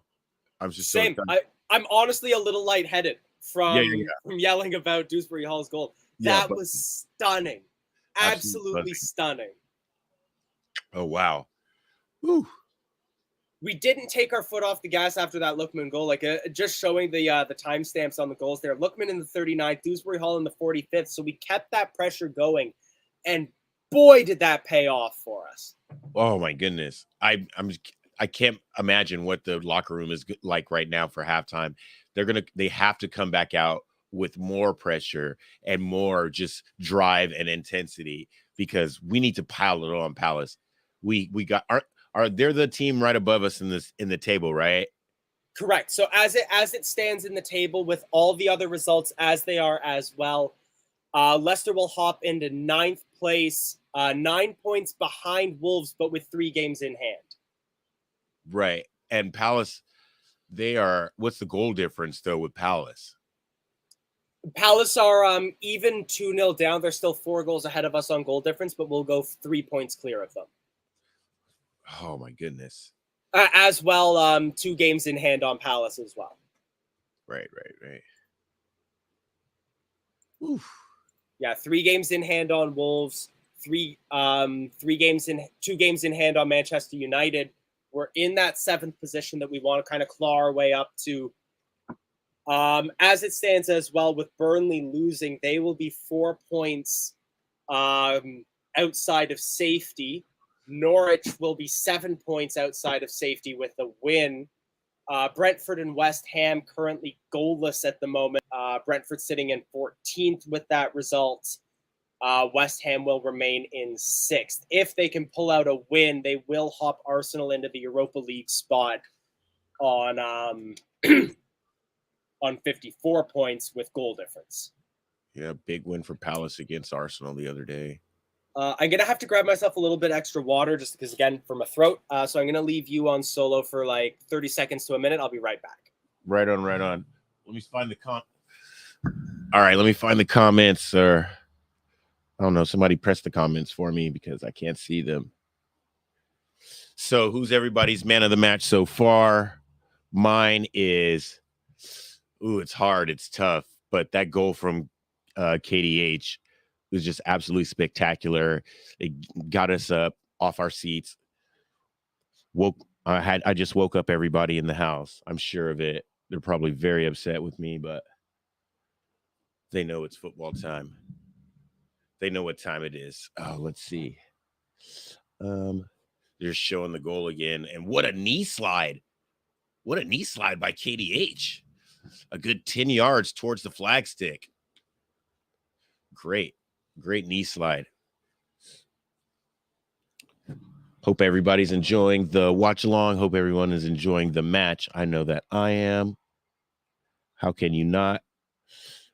Would you guys make any changes, or should we just stick with who we're going with? Let's see. Yeah, I don't know if I would make any changes so far. Just keep running at them. It is getting kind of physical. I don't know who needs to be rotated out, but hopefully we can get Dak on the score sheet. A shame if everybody else scores and he doesn't. I know that I'd be pretty disappointed in that. But we definitely need 3 points from this match to give us the confidence going into the Eindhoven match, which is crucial for the club. Still can't see any comments because I don't know how to work this. Here we go. Let's see. Daka needs to learn off Lookman, Dave Hill saying. Oh, that was a while ago. Thank you for waiting. He does need to learn off Lookman. Lookman, he's very direct with the ball. He tries to take, when he gets the ball, his first touch is pretty good. Daka, his first touch has just not been there. I think I heard someone describe it as trampoline feet. Let's see. Yeah, seeing a lot of praise for KDH coming in as well. Yeah, Yuri needs to stop giving the ball away. It's been shocking, absolutely shocking. And it's been like a couple weeks, but he was there to get to win the ball back. But sometimes he just, on his challenges, he just throws himself when he loses the ball, throws himself at the player who has the ball, and it's like a yellow card waiting to happen, and possibly a red sometimes. I don't know, Yuri, man, he's been kind of disappointing me ever since the second time he said he wasn't going to sign the contract. It's one of those things, just like, if we can somehow keep him next season, I feel like he'll find that form again, but it's one of those things where it's looking like he might just be kind of middle of the road until he leaves. Well, if we keep him next season, then he could leave on a free. So we kind of have to sell him. Oh, well, yeah, like if we keep him for next season, it's only going to be if he signs the thing. Right. Whew.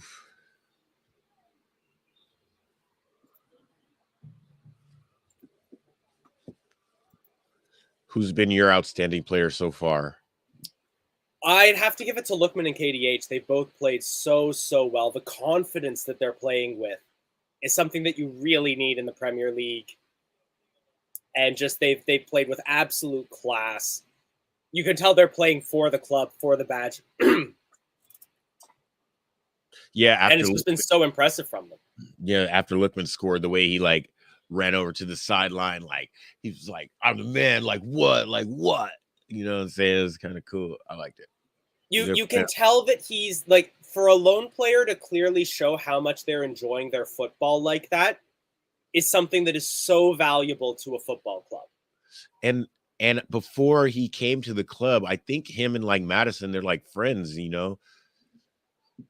I think they all played I think they all played under 20s or something together, Interesting, because admittedly, I don't know where Lookman played his youth football. I know Madison was at Coventry, if I recall. Right.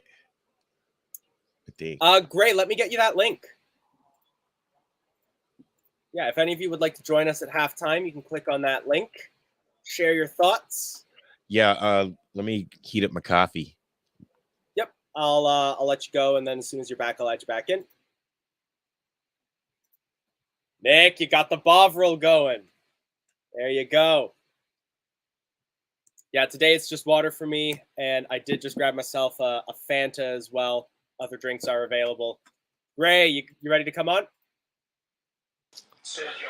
How's it going? Good, mate. Yourself? Not too bad. What a first half.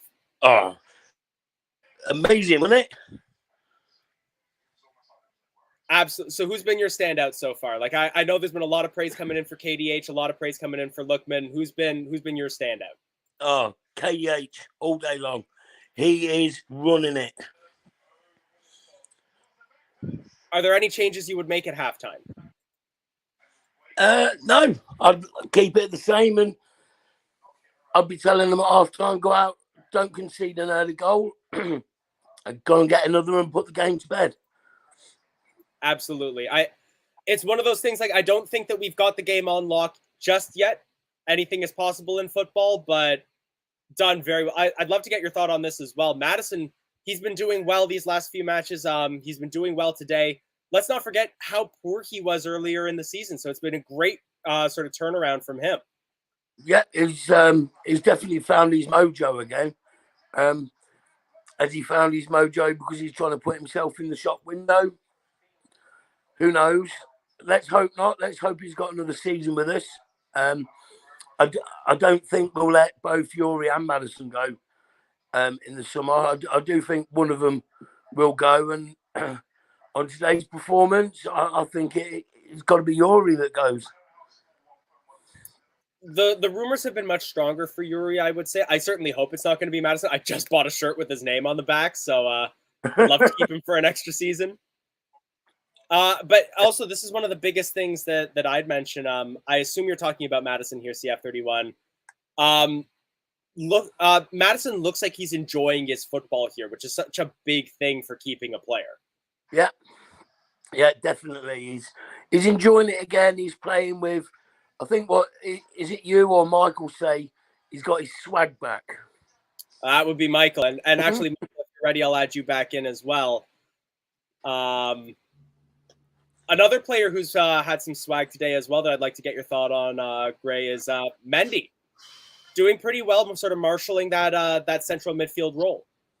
Definitely. And it's a shame, that he's not registered to play in the conference, but I'm sure whoever's going to come in on Thursday is going to do just as good a job. And in Brendan, we trust still. Absolutely. With that, Mike. I think. All right, great. Yeah, I think Brendan's going to play those that three that we did against Eindhoven last time in the middle with like no CDM, with maybe like Yuri playing that role. But yeah, Mendy's been amazing, getting the ball in the middle, turning, carrying it, helping us relieve the pressure, when we're kind of stuck in, and getting the ball forward. I mean, what a revelation he's been, this season. It's a good thing that he wasn't, sent off, like a lot of us thought he was going to be in the summertime. So it's great to have. As well, I do think with Mendy, the AFCON has done Mendy a world of good. Obviously not getting the game time with us. And for someone who's not been getting the game time, then to go to a competition like the AFCON and own it in the way that he did, I think that just shows the player's mentality of and his footballing head and knowledge of the game. Yeah. The way that also coincided right with that re-registration period for players as well was a huge help, because he came back into the squad feeling so confident. Yeah, man, they won. They won it. That's why, he's a stud there, Yeah. Stud.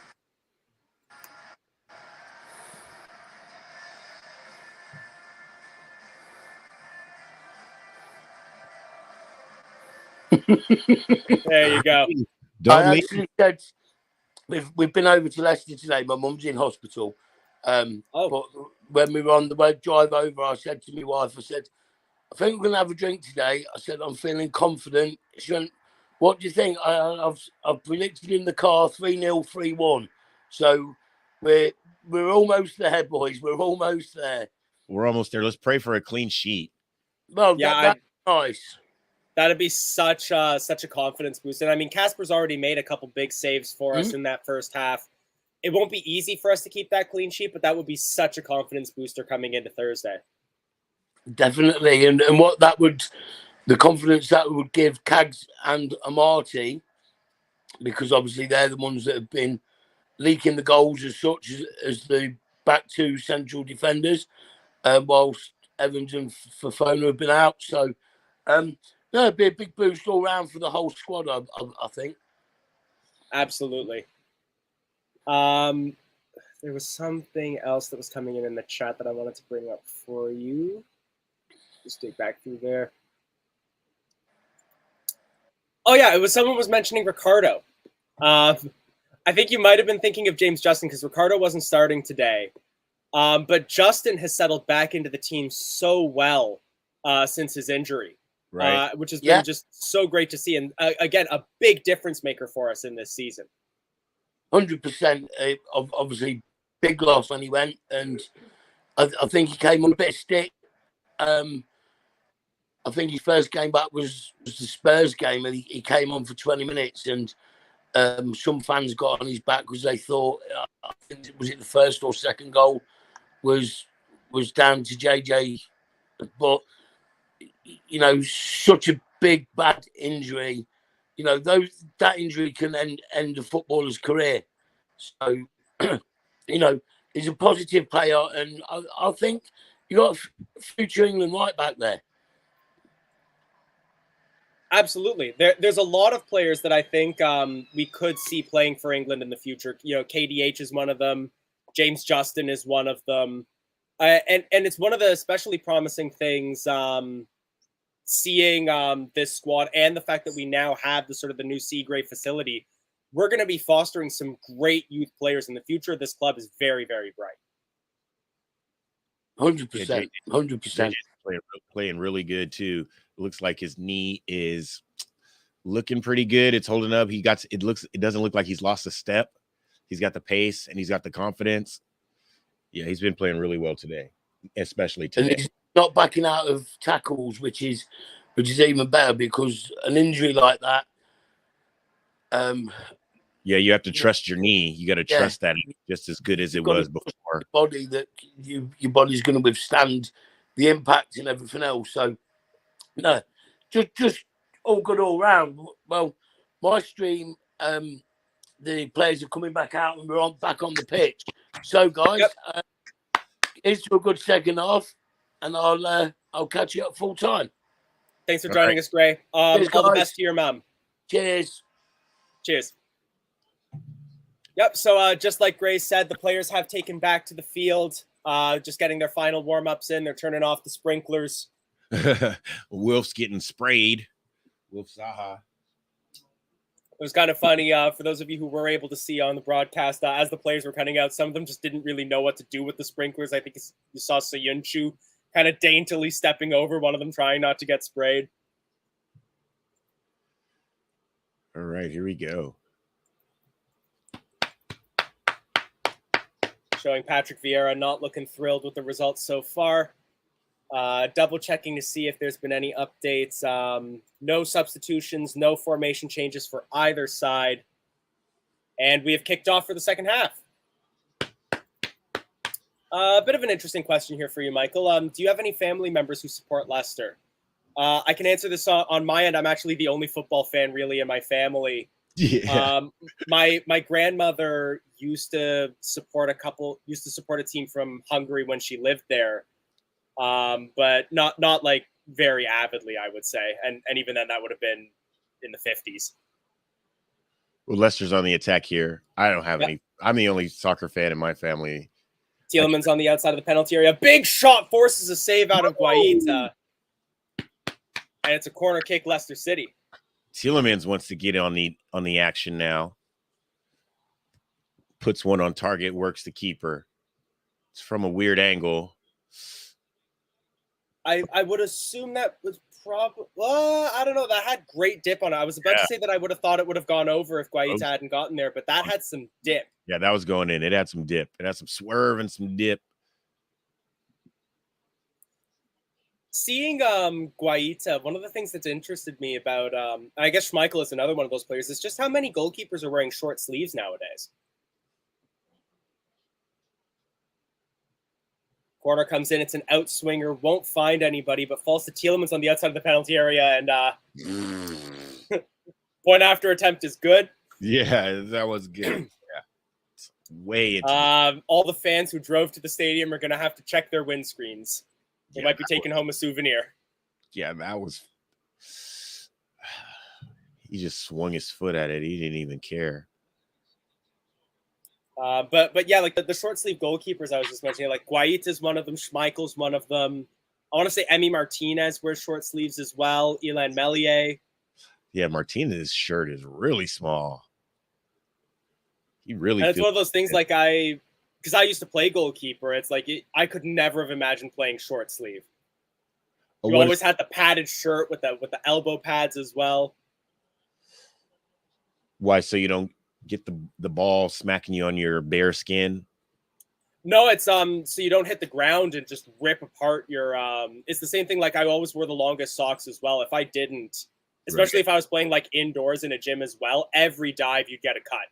Oof, on your arm, on your leg. It was brutal. Right. Artificial turf is almost as bad as just a straight up gym floor as well. It's brutal being a goalie. Imagine. Question for you about Emi Martinez: is the shirt smaller? Or is he just ripped? Yeah, he's pretty ripped in a small shirt. He's no who's that player for Wolves?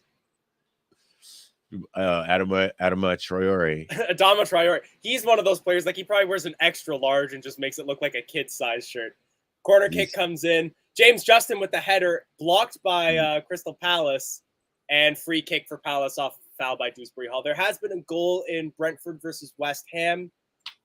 Just double checking that score at the moment. Brentford have scored. Brian Mbuemo in the 48th minute. Oof. Good header by Justin. Luke Thomas gets fouled by Andre Ayew, and that'll be a free kick to Leicester City. Sorry, not Jordan Ayew. Jordan Ayew.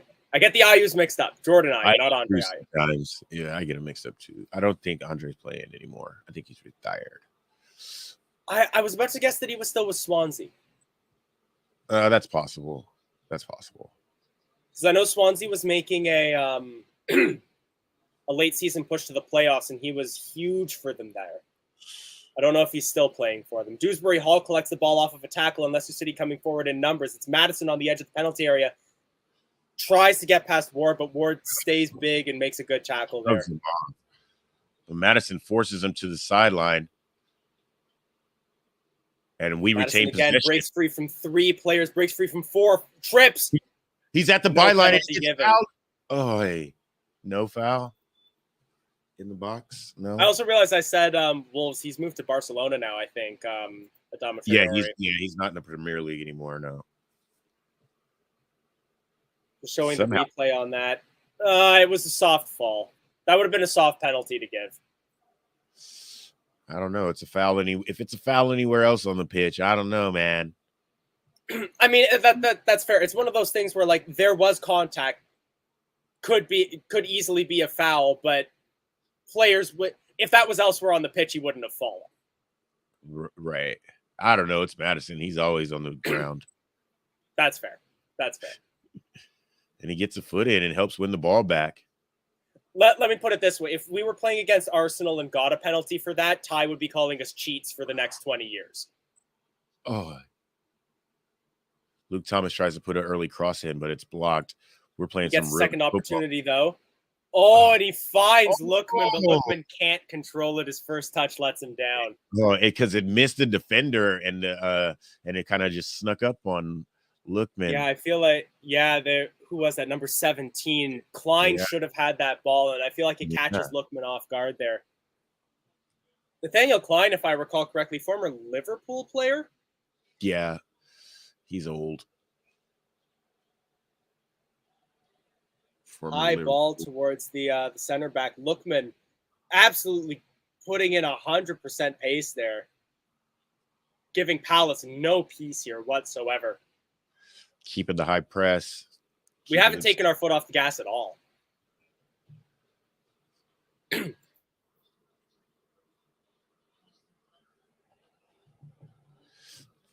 Palace still going back and forth across the back line. Eventually, they're going to have to hoof it upfield. Dispossessed by Madison. Tielemans collects passes towards Lookman. Back to Mendy. And Palace kind of closes down, and we're forced back to the defenders.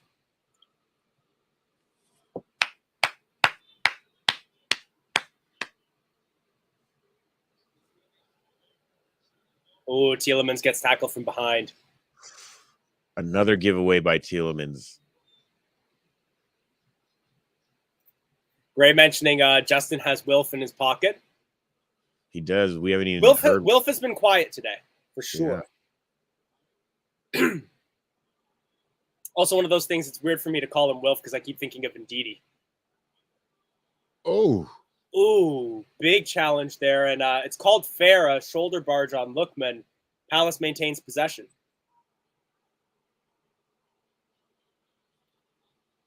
This team has been playing very well as a unit, though. Like, I think the defense that we were just playing on that last play, you see 3-4 players close down on the man on possession, but not just pressure him, but also close down those passing lanes, and we force them to play back to the defenders. Palace trying to just maybe calm down a little bit and hold on to the ball. They haven't had much of it since we started scoring. Plays a long ball. They're trying to find Mateta, but Soyuncu having none of that. Also, somebody asked if Soyuncu cut his hair. I would guess not, because he has got a long ponytail at the moment. It's like down to his back collar. He can't cut his hair in the middle of a season. You got to wait till the end of the season to do that. Oh yeah, I'd like to imagine that he's kind of like a Solomon character at this point. Right. If he cuts the hair, all his defensive ability is gone. Samson. Sorry. If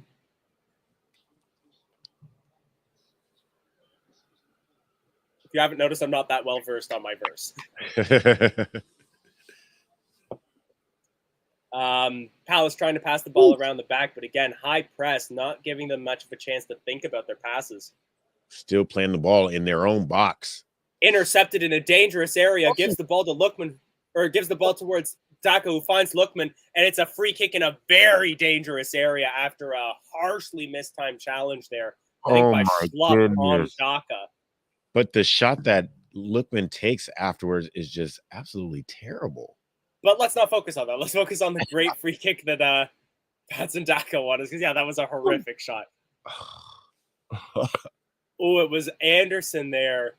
Goes in 2 legs, cleats down, but could be an argument for a booking there. Might be a soft booking. Just a poorly timed challenge there by Joaquin. He doesn't Anderson. get booked at all? No booking. That has to be a yellow. You can't just throw yourself at a player like that. I think the excuse that he might have for that is that if he thought that Daka would be taking the shot there, he was going for a block more so than trying to tackle the ball. Oh, but it's just he gets 100% man, and the ball was well gone by the time he goes down. Well, this is Madison territory, and I think he's not to say that. Yeah, I think bread and butter. I think he's one against Guaite before. Who was it? He scored a beauty free kick recently. Ooh, look how far back the wall is. Which is dangerous because the swerve Madison can put on a free kick. Shot taken, hits the wall. Oy. Plays that much lower than I would have expected Madison to, and it just goes right into the chest of Gallagher. He didn't try to clear the wall at all. We regain possession. Yeah, even the commentators were mentioning there that he seemed to try to go through it rather than over it, just hoping for a space.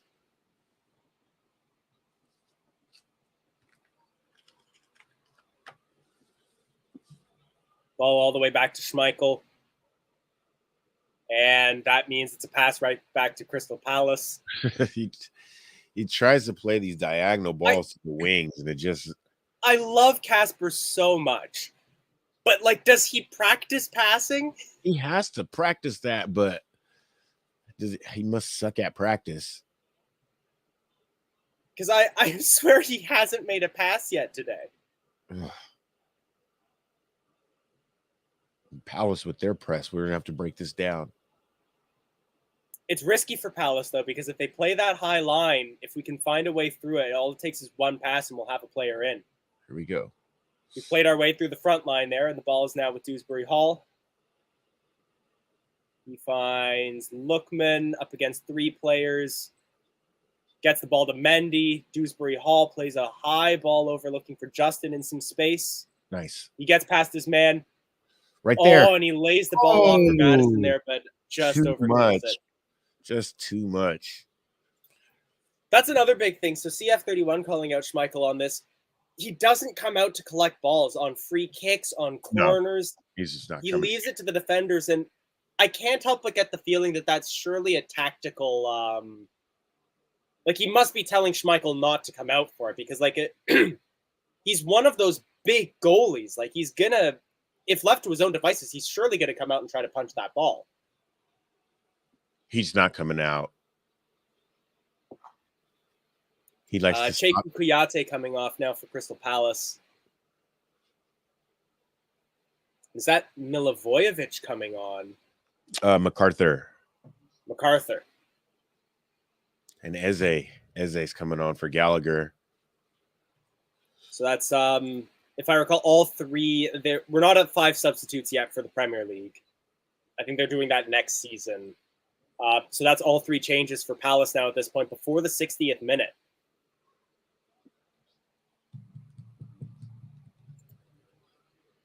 Leicester regained possession there through Yuri Tielemans, but his pass is poor. Oof. Lots of giveaways for Yuri. Same question I was asking about Eze. Is he only on loan or has he been signed by Palace? I know he was a Chelsea player. Yeah, I don't know. Yeah, Eze is a baller, though. He's very good.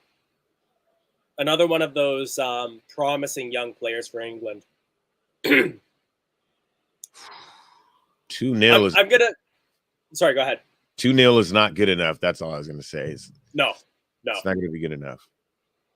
And I was gonna say, just with the sheer amount of young talent they've got, like as a neutral, I think this is probably England's best national team since 2006, if not better than. They're good. We'll see what happens when the games have to get played. They're good on paper. Oh, he's from Tielemans with a great interception there, but he just gets tackled there. And fair enough, rightfully calling me out there. I thought he was a Chelsea player signed from QPR, apparently. Did he ever go on loan to Chelsea? For some reason, I remember him being a Chelsea player. Luke Thomas blocks the cross. That's what you got to do. You got to step out there on the cross.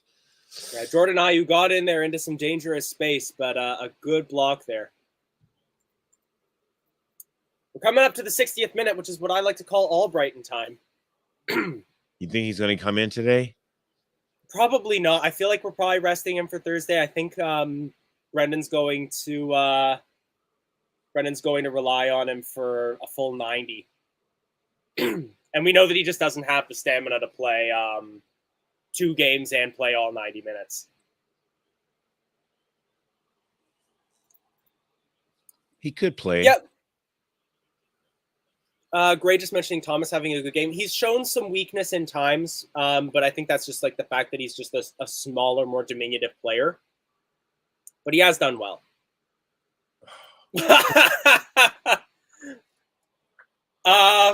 That's a good question. I don't think it was McCarthy or MacArthur. It was one of those Scottish players, though. Like, he was playing for Hull, I want to say. It wasn't the guy who just came on, but No. Isn't McCarthy on Crystal Palace as well? If he is, he's not in the lineup at the moment. No, not. But I think he might be on the bench as well. Oh, no. I mean, not in the bench either. No, okay. I'm going to look. It's James McCarthy, right? Yeah. Oh, that's an Irish sculptor and painter. Palace trying to settle in a little bit.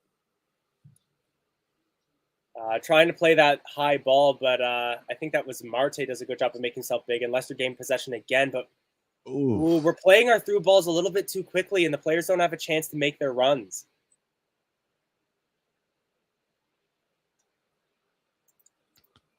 It was MacArthur, apparently. Oh, okay. It's been a while. He looks old.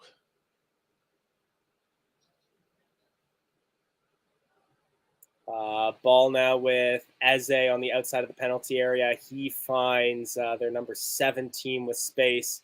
That's Klein. Klein plays it to Ayu, and another cross from Ayu is blocked. Palace has another corner. They're starting to tighten the screws a little bit. They play it short. They do play it short. It's with Ayu again. Oh, dear. No, Tielemans. That's a penalty. Oh, Yuri just hangs a leg out. We've seen this from Tielemans before in the box. We've seen this before this season from here. He just hangs a leg out. Seen it from Wilf a lot as well. You can't leave a trailing leg. On that replay, though, does that look like contact? I don't think it matters. Well, it could go to review is the thing. Well, I mean, it has to be reviewed it's going to be reviewed, but they're not going to overturn it. No way. It would be on VAR at this point already if it was going to just a poor decision-making there by Tielemans. And this is going to be a horrible way for us to lose the clean sheet. Yeah, this is going terrible. to be Wilf Zaha to take, but we know that Kasper Schmeichel, he's strong with penalties. Wilfried Zaha took a penalty a couple days ago, and he went to the keeper's saved. I missed it. It was a poor penalty by Zaha. I missed it. What happened? He played honestly a rather soft penalty to the keeper's left. Kasper dives the right way. He took one a couple days ago and went to the keeper's left. Oh. And then Soyuncu was in there to clear the rebound. Oh, Wilf Zaha! Who was that basketball player who used to yell "Ball don't lie"? Ball don't lie. Hey, for sure. Oh, the ball does not lie. But that was a foul, though. But still, great save by Kasper Schmeichel. And you can see him just nodding, going like, "Mm-mm, mm-mm." Why? What are they saying? He gets to retake it? They're saying encroachment, and he gets to take it again. Oh, this is ridiculous. Who encroached? Can we see the replay or what? Oh, yeah, Soyuncu encroached. He was a full step in the penalty area. Hardly. I mean, whatever. All right, I gotta hide comments because I know you're a little bit ahead of us as well. Okay, round two. Round two. And it's not going to be Zaha to take the retake. It's going to be Ayu. Oh, no.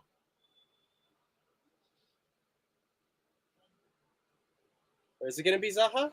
It is going to be Zaha. Saved again! Oh, my goodness! In the rebound. Oh, he heads in the rebound.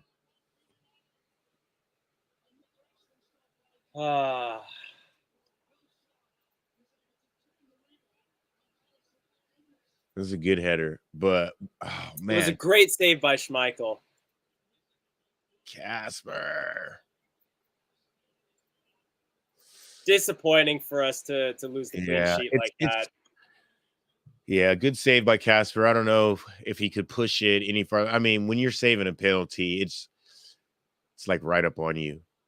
Yeah. Kasper, he like totally waited for Zaha to hit it too. He didn't like guess which way he would go. He waited for Zaha to hit it. Now, one thing that I will say is that even though he put in that rebound, you can see the anguish on Schmeichel's face as he watches him get the rebound. Right. Is that to have 2 straight penalties saved, that's going to affect the mentality. We got to pick it up now, boys. We got to come back now.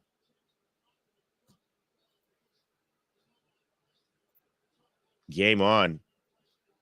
Woody, to answer your question, encroachment, no player for either team is allowed to enter the penalty area until contact has been made with the ball by the penalty taker, and Soyuncu was in the penalty area. He had a foot in the area before Zaha made contact with the ball, so the penalty gets to be retaken because he didn't score.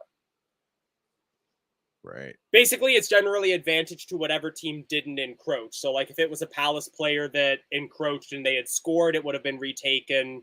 If it was encroachment by Leicester and Palace scored, they would have just let the goal stand. Jordan Ayew's taking the ball up the sideline, and Luke Thomas just absolutely takes him out and gets a yellow.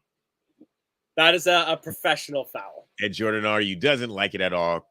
Runs up to Thomas, pushes him in the back. He's still talking to him about it. Rent free. Yeah, he's all up in him right now.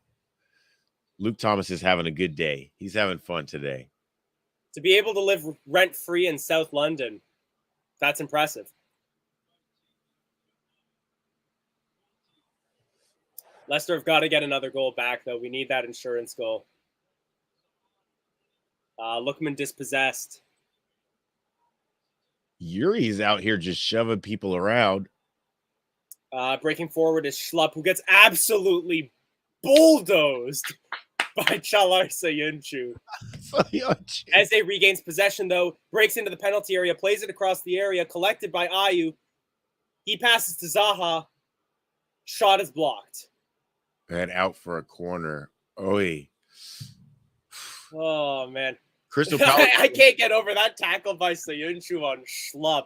Oh, he just absolutely let Schlupp run into him. Schlupp ran into a brick wall.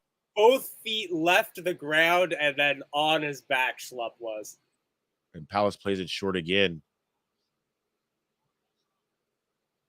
Breaking into the penalty area, in space, shot taken, blocked. It's bouncing around the penalty area, cleared as far as Tielemans. Just get that ball out, and it's cleared. Ooh. Taka, you got to... Taka's going to come out of the game. He has to hold that ball up. Palace try a through ball. Falls towards Thomas, and now we're just going to calm things down. We're going to regain our shape.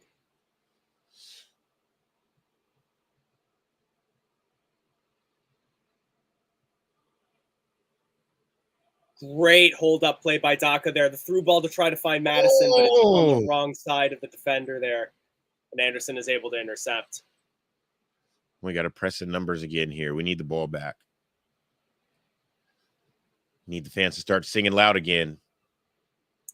There's reasonable noise, but I feel like it might be coming from the Palace fans at the moment. I do hear some clappers.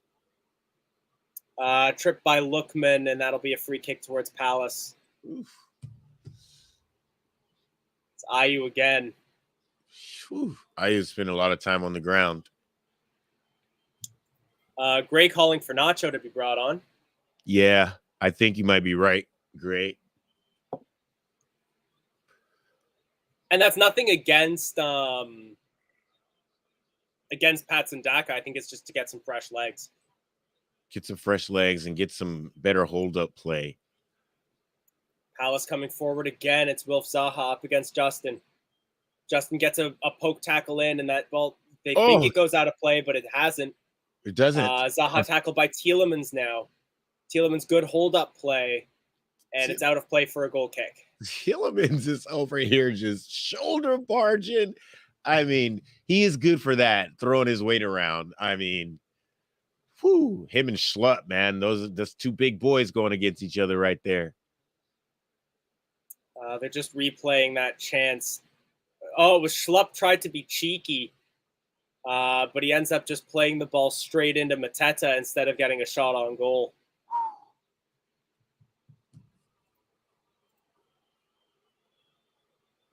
CF calling for two up front. Dave Hill saying Daka not a Premier League player. Daka needs time.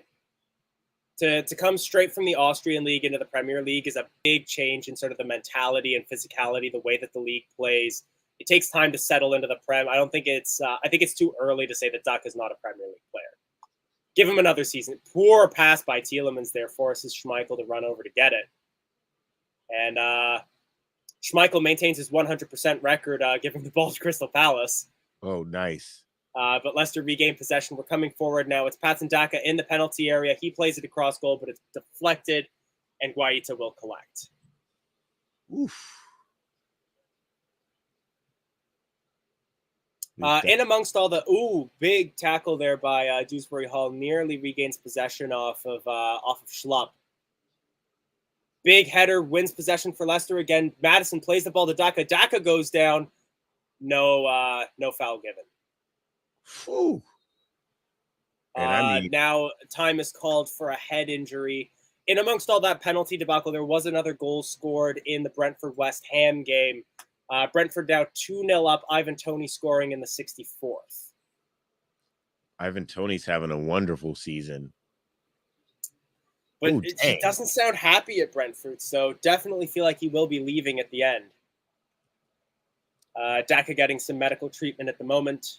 He took an elbow right in the face. He was kind of like falling towards the ground as the two defenders closed in on him, and just from Anderson just took a whack to the, I don't know, his cheek. Sitting up, which is looking good. Looks as though Rogers is currently talking to Harvey Barnes and Kelechi Iheanacho, so I'm going to assume that's probably going to be, if they're both brought on, Lookman and Daka off. Well, Barnes is going back to his seat.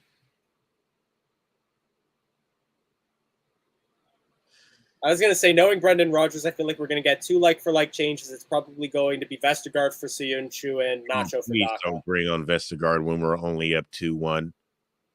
Brendan Rodgers' way, though. It is. It is. Ella's calling for Ivan Toney to be brought to Leicester. I don't really think that's the position that we need. We don't really need that up-front striker position because we still rely on Daka. If we were to bring him in, one of Daka or Nacho would have to go.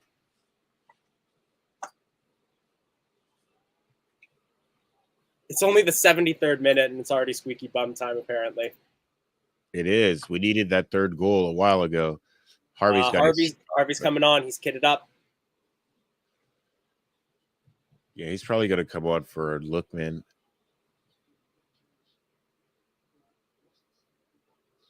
Daka is still on the field. As Palace look to come forward yet again, they're really working that left flank, trying to get past James Justin. Tielemans forces them to turn around.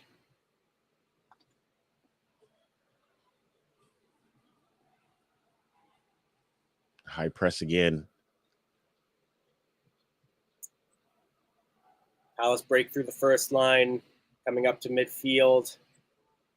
Zaha, Schlupp.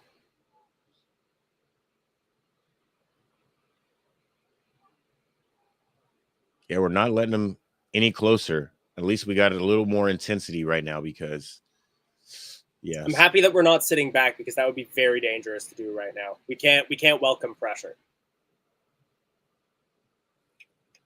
But we do need the ball. We need the ball. Route 1 football looking for Mateta. Finds Mateta, but he can't control it, and it's intercepted very well by Luke Thomas. Mindy. Soyuncu with the clearance. Finds Lookman. Ball comes all the way back to Mateta. Ayew, who can't control it, and it's out for a Leicester City throw.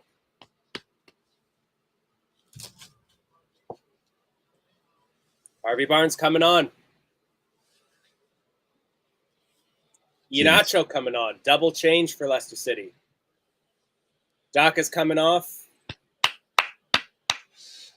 Still checking on his eye. Oh, Daka.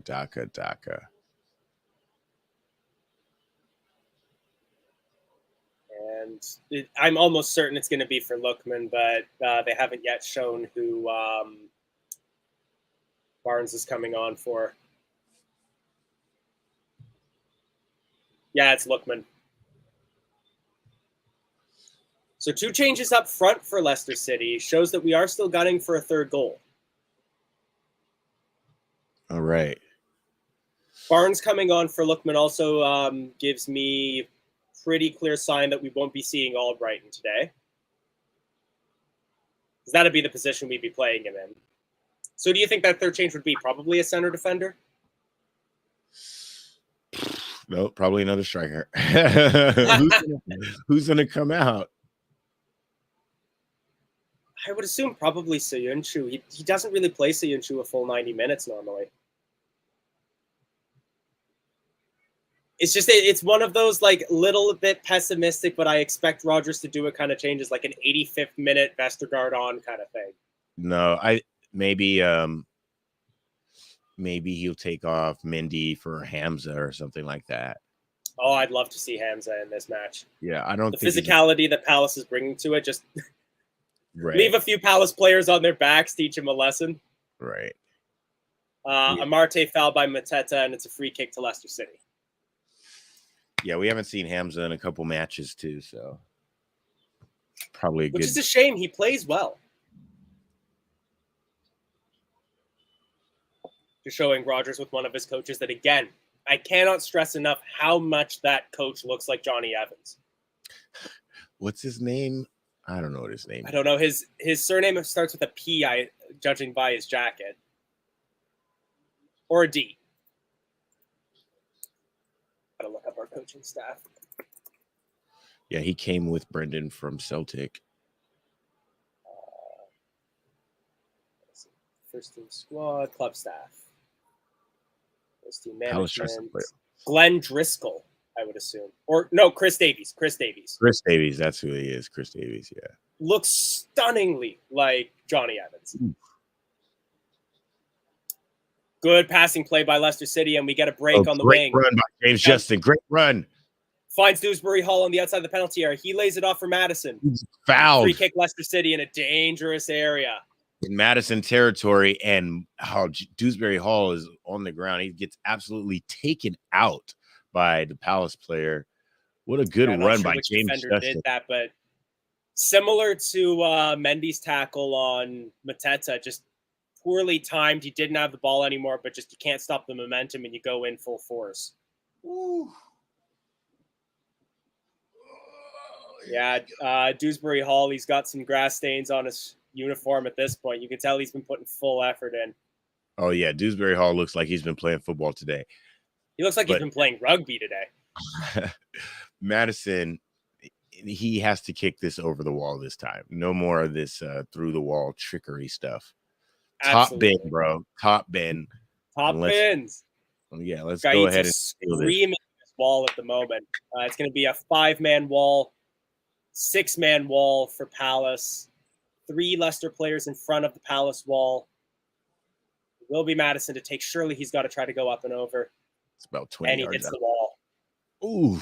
Guaita forced to punch instead of hold, and it'll be a throw-in to Leicester City in a dangerous area. Ooh.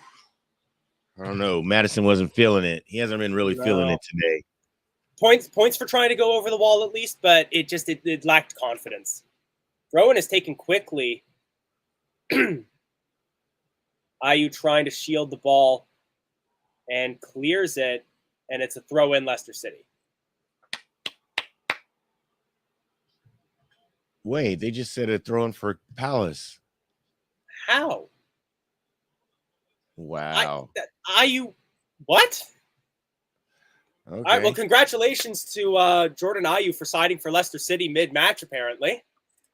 That's weird. He kicked Happy to welcome him to the football club. It's like he kicked it straight out of bounds. Oh, a lovely overhead kick from Harvey Barnes. Finds Kelechi Iheanacho up against Anderson, but he can't control it. It's out for a goal kick. Nacho. Hopefully he doesn't have trampoline feet. It's about 9 minutes of regular time left. Goal kick is taken quickly. Whoa. James Madison's hungry. Lunges into a tackle there. Doesn't make contact with the ball or the player, though. Big challenge dispossesses Crystal Palace, and we regain possession to our back line. Mendy, nice pass to calm everything down. Palace playing a high press. We break through it, though, and it's now with Luke Thomas in some space. Palace trying to get back in numbers. Ball with Dewsbury Hall. Back and forth with Thomas. We're forced to turn around, and it's back to Mendy. Mendy finds Tielemans. Nice. And we're back to Soyuncu.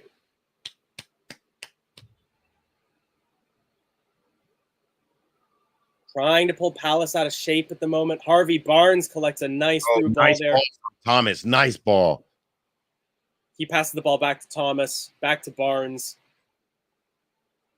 Low ball across, finds Mendy, Justin, Madison. We're just trying to pull Palace out of their shape at the moment. Lovely pass to Justin. Back to Madison, outside of the penalty area. Crosses in, headed away. Oof. Palace regain possession, but lose it immediately. Mendy was Marte there. to Mendy.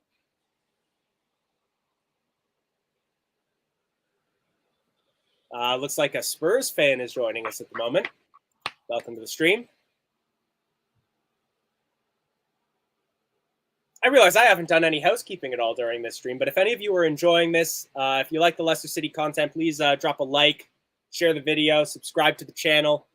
We got live videos coming out all through the week, covering all things Leicester with people with far less of an accent than either of the two of us. Harvey Barnes with the ball now, plays it across the area. No one's there to collect it, though, unfortunately. And Palace regain possession through ball, trying to find Mateta.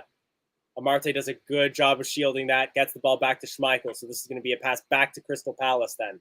No. Schmeichel does the right thing and puts it way upfield, but we're not. Puts it way upfield, but and ball goes straight to Palace. We were offside.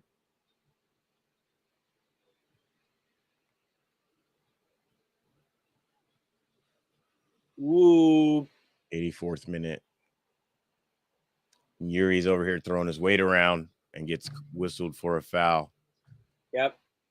Just a little poke challenge there from Tielemans. Catches the man and not the ball as it goes down. That's exactly what you did on the penalty, Yuri. Come on, bro. Yuri, man. This is going to be dangerous because they're going to be able to play the ball into the penalty area from here. It's going to be Ward to take goal in the Norwich versus Burnley game. I'll give you the update on that when the ball next goes out of play here. Could be Eze to take. Could be Ward to take. Palace crowding the penalty area. It's going to be Eze. Ball comes in. Free header for Anderson. Back across the penalty area. It's bobbling around. And Schmeichel will get on the ball. Oh, my goodness. That was far worse than it should have been. Oh. And I can confirm Norwich City have scored again. I don't have the goal scorer yet for the Canaries, but it is now 2-0. Soyuncu's still on the ground at the moment, just getting back up to his feet now. Harvey Barnes lets Anderson go, and then, just a scramble there. Pure luck that we're the ones that leave with the ball from that. Realistically, any chance that either Crystal Palace player that was in that scrum could have gotten that ball, it would have been a goal. A free header at the far post. Worrisome stuff there in the 85th minute at this point. We're not getting Timu Pukki has scored in the 86th for Norwich City, so that will be almost certainly a win for Norwich and a big blow to Burnley survival chances. Oh, Burnley. High through ball that was looking for Iheanacho there, but he knew he was offside, so he has to let the ball go to Guaita. It is squeaky bum time again. Little early to be assuming that this result will hold, but CF31 saying that considering we're playing basically a second-string side against the team that just beat Arsenal 3-1, I'll take this result. I predicted a 3-1 at the start. I know a lot of people were predicting a 2-1. At the end of the day, you want the points on the board. I don't care how we get them. Harvey Barnes coming forward at the moment. He tries to fake out a man, plays the ball back, finds Dewsbury Hall. Dewsbury Hall lays it back off for Barnes. Crosses it in. Oof. I think that was a Palace header to clear. Poor defensive clearance, but Palace still managed to recover the ball. Oh, poor play by Amarte there, but Mateta can't collect, and it falls to Soyuncu, who can play the ball. Oof. He was there to cover. Back towards Michael. And hey, let's get this on the record. That is Kasper Schmeichel's first completed pass of the match. It was a nice pass, Kasper. Only took 86 minutes. Here we go. Luke Thomas now coming up on the left wing. Playing calmly at the moment, just trying to burn time. We have possession. Soyuncu, Thomas. Dewsbury Hall, Thomas, Sayunchu. We're just passing the ball around calmly. Big lofted ball. Trying to find Madison. Headed down and out by Ward, and that'll be a throw-in that we will be in no rush to take.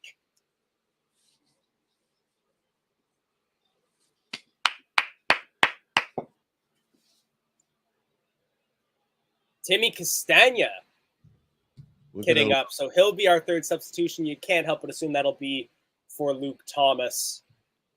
Yeah. Put in a noble effort today.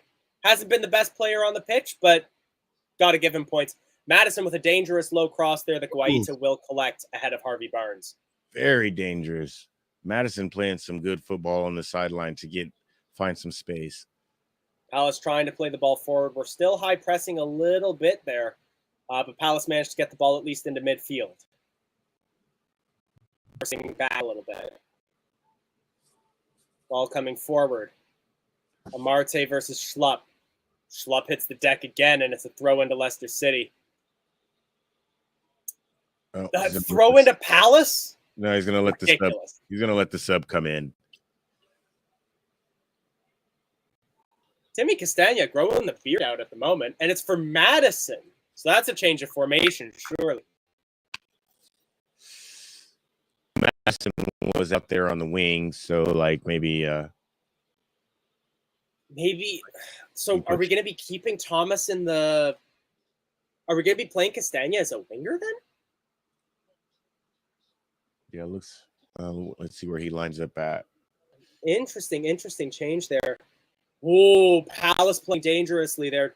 Nearly finds. I think that was Eze on the outside of the penalty area, but the pass is through ball.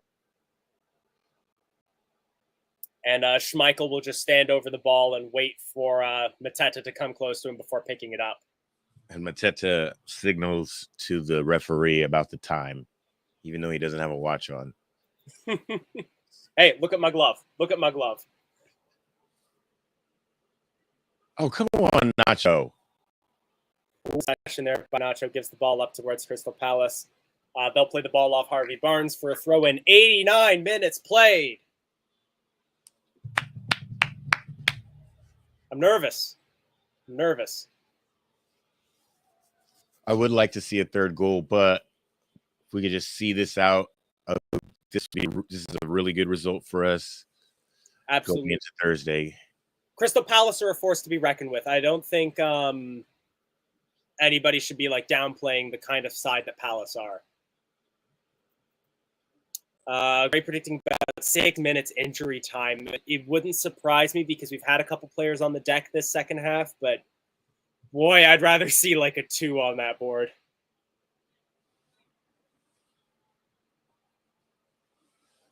Palace with possession near the midfield line right now. They're throwing everybody forward right now except for the back four.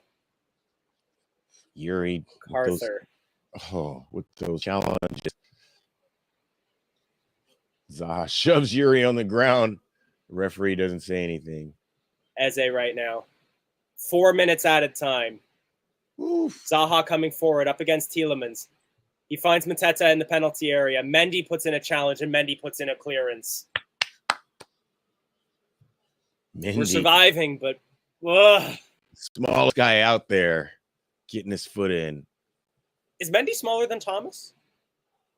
Well, I don't know, but he looks shorter. Fair enough.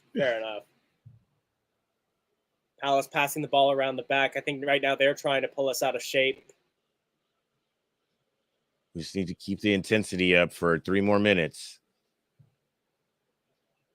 Let's see this one out. Arthur. Yuri, don't get out of position. Ward. MacArthur. Anderson on the wing to Ayew. Up against Sayunchu. Or no, up against Thomas. Kasper Schmeichel collects the cross.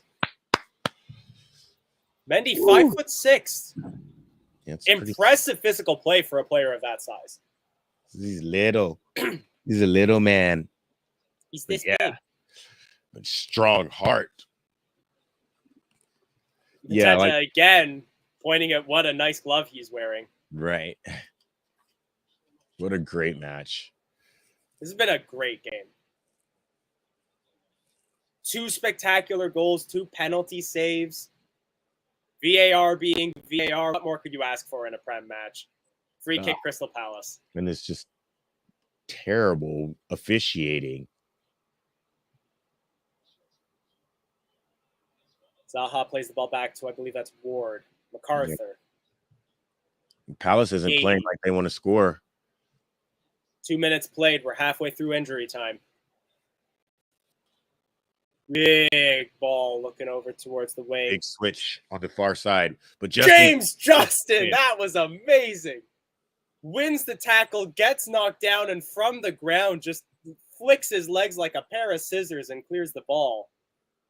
Palace regained possession, but still, great effort from Justin there. Ball breaks into the penalty area, tries the flick-on header, cleared by Tielemans, and now it's Kelechi Iheanacho up against Anderson. Anderson wins. Oh, woo. 92-45, 1 minute 15 left in this game.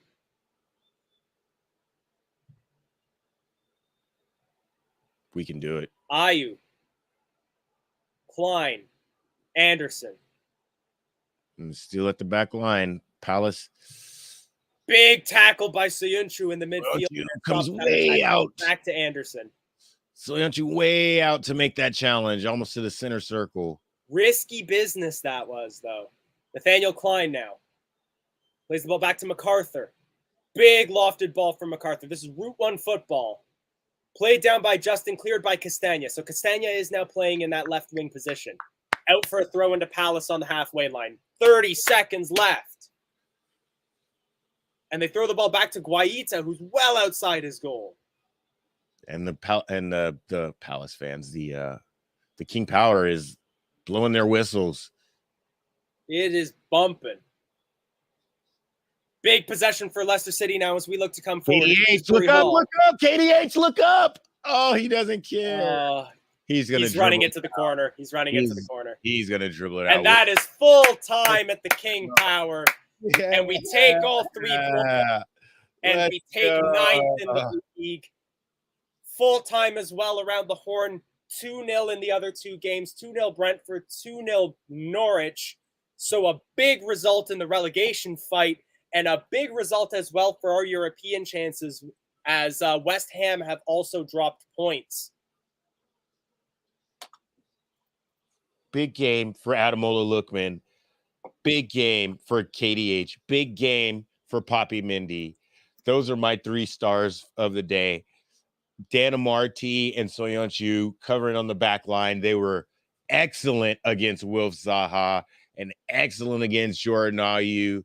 When Eze came in, he was kind of dangerous, but we kind of shut him down. Palace had some chances, but Schmeichel was his, old reliable self. 2 big penalty saves. A shame with the rebound on the header. But all in all, just a great match for the boys. And we're on a roll right now. We're taking some confidence into the European fixture on Thursday. And I can't wait. I think I might have to take off work again just to watch that match live. Agreed. That was it's at the end of the day, like I said at the start, we want to take the points. I don't care how we take them. And we did that today. It was scrappy at the end, but we showed that we can indeed still hold on to a lead. Unfortunate that we still gave away the goal on the penalty, but 2 big, big saves. And we are rejoined by Ross. Ross, you ready to come on? How are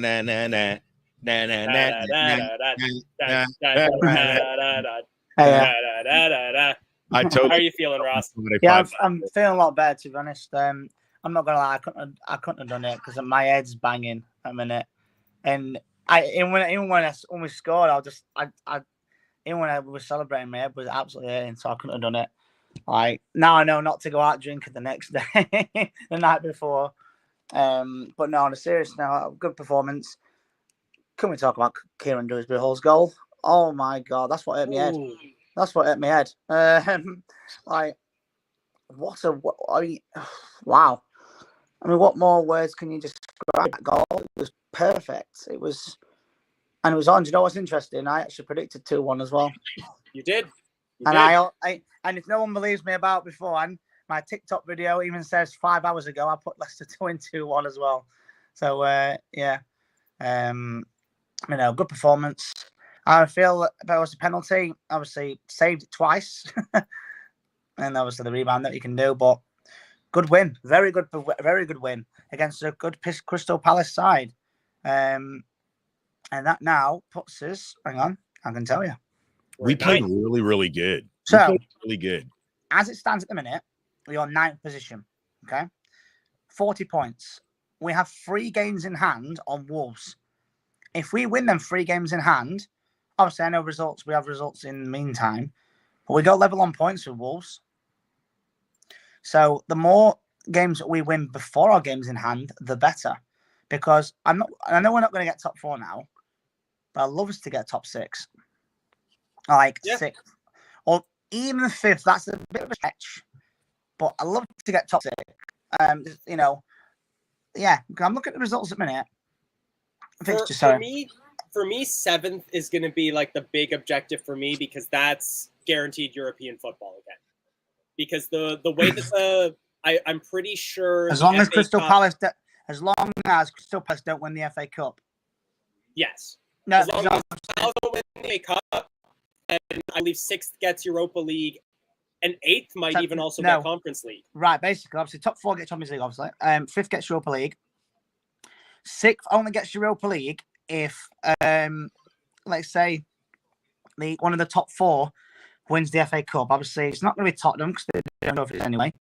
And it's Chelsea are in it. I think Man City are in it, and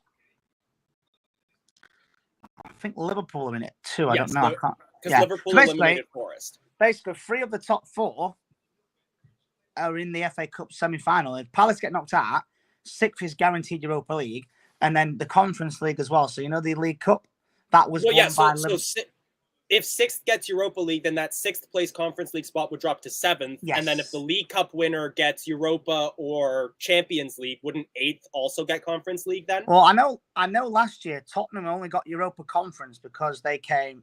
I'm going to have a look at last season's thingamajig. Because obviously, I know we won. We got Europa League guaranteed anyway because we finished 5th. Yes. 2020. And then we also won the FA Cup, which put a 2nd Europa League spot in the league. I'm looking now. We have 40 points, guys. So yeah, that's also the big thing. 40 points. We ain't going down. That we are staying up. Yeah, we are staying up. All right. So basically, since last year, the EFL Cup, Manchester City qualified for European competition based on league position. The Europa Conference League was awarded to the FA Cup winners, was transferred to the highest placed Premier League team, not already qualified for European competition, the 7th place team. So basically, 7th will get Europa Conference. So basically, if we got to come in top 7. So if we want to get European football next season, we need to get 7th at least. And I think with the fixtures we have left, we have 2 tough games left in Tottenham and in Chelsea. The rest of our matches, not good, should be winnable. They beat Man U yesterday. But is that more of a testament of Everton or of Manchester United? Well, Everton want to stay up, don't they? Because they've not, as far as I'm aware, they've never been relegated. Not in the Premier League era. I believe they've been. The last time they were relegated was like 60-something years ago. Oh, yeah. But still, they've never been relegated from Prem, so, yeah.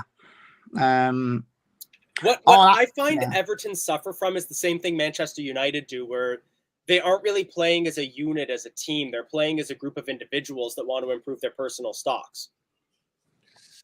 Yes. Now, let me also say, I am not taking any match for granted. We need to be, if we want to get Europe, every game in every tournament for the rest of this season is a cup final. 100%.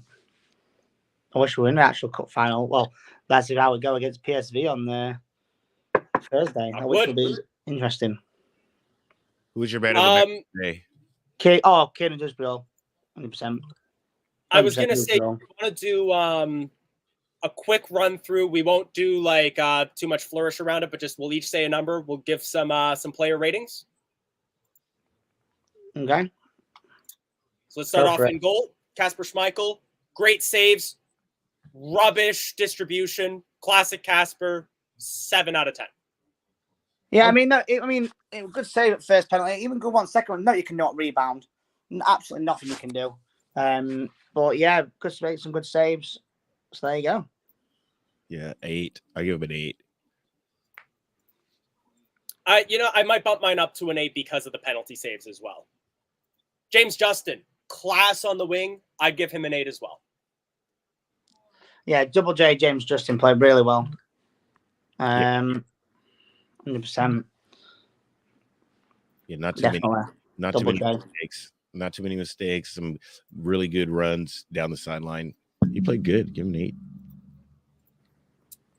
Next up, we've got Big Dan Amarte. I need my number 18. He played really well. No, he didn't play really well. I'll give him an 8. I think he played really well. I didn't, unless someone tells me different, I think he played really well. Yeah, my expectations were low for him, and I think also Soyuncu made a couple of mistakes that Amarte was there to clean up. So yeah, I think he earns 8 as well. Yeah, they're good. They played good. They played solid. Actually, Palace didn't have any chances. All their shots were from far away. Kasper made a really good save, low to the ground early on. Yeah, but the guys were they won all the headers in the box. Yeah. Turkish Delight, Çağlar Soyuncu made a couple. I think he had a really good game. I think he played really well. Again, I'm gonna give him a 7 out of 8. I think he played well. Yeah, 8.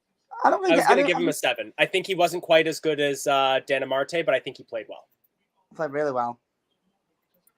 Then on the other wing, we've got Luke Thomas. There he is. He was lucky not to get sent. When he got booked, I was fearing that he was going to do a silly challenge to get sent off. I did have that fear. But yeah, I think he played really well too.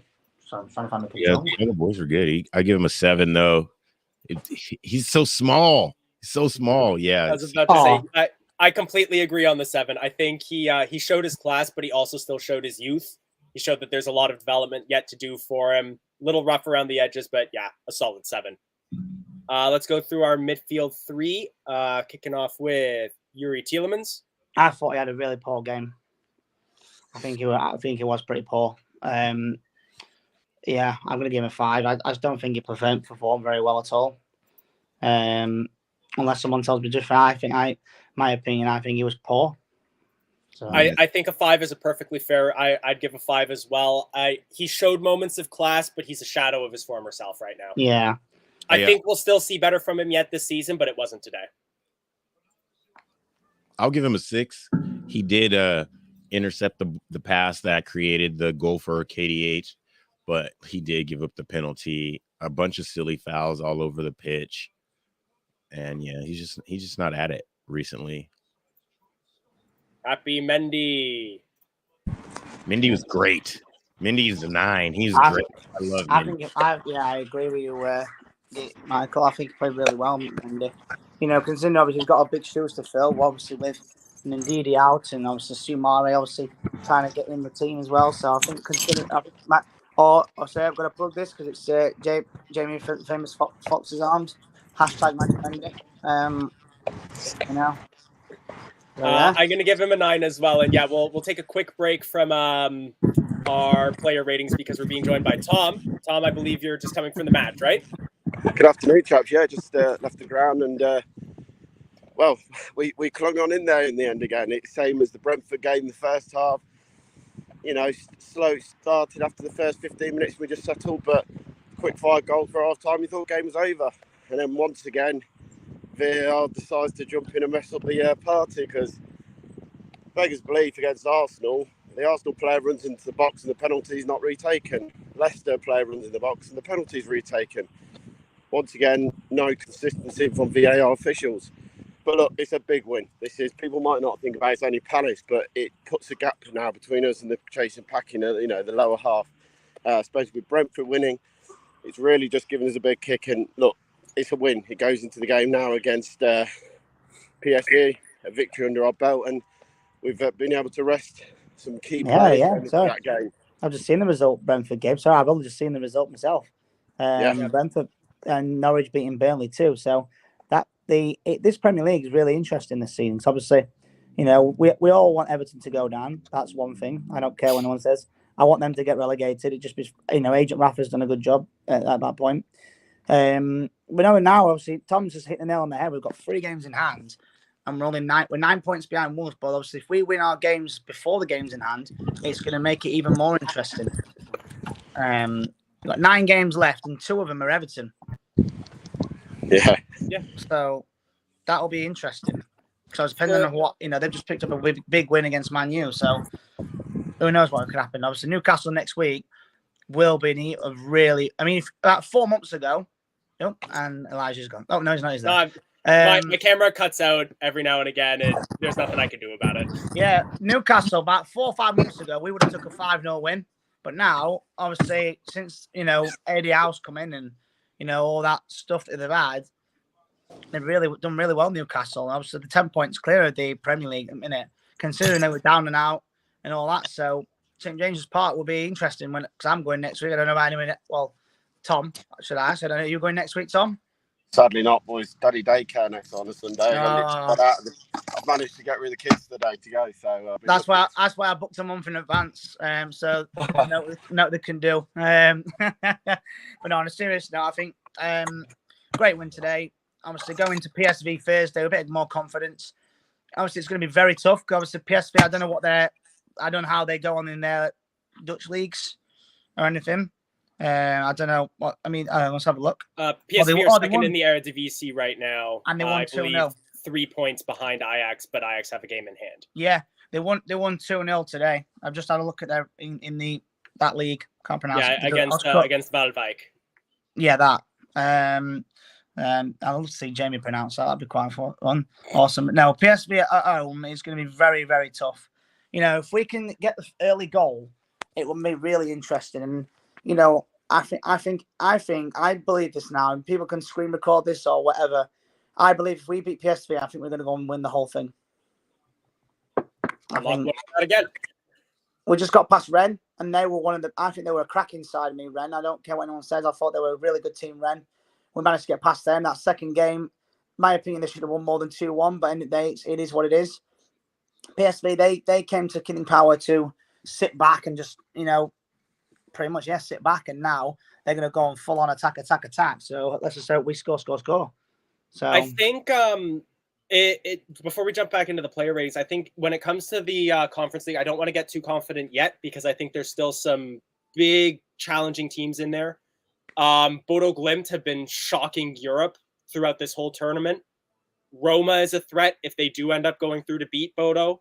As well, Olympique de Marseille, I'm pretty sure, is still in this tournament as well. You know what? You're Canadian and you actually can pronounce better things than I do. In regards to football, French teams. is an official language here. Oh, yeah, forgot you. Montreal, isn't it? French Canadian. Glenn is up on Roma too, going into that second leg. What's that one, sir? So that's who we would play. I don't know if they redraw. I think we play the winner of Bodo Glimt, Roma. Let me have a look. Means a lot. While you do that, I'm also going to jump us back into our player ratings because I don't want to keep people on too long. Right. Michael, 2-1 to that team. That Bodo/Glimt. So we just covered Papi Mendy, so I believe this guy's going to be our man of the match across the board, I'm pretty sure. But Kieran Dewsbury-Hall, our last midfielder. Great game. 10 out of 10. He does nothing wrong. 10 for me as well. Just absolutely class. Put a full effort in. Scored a great goal. Perfect 10.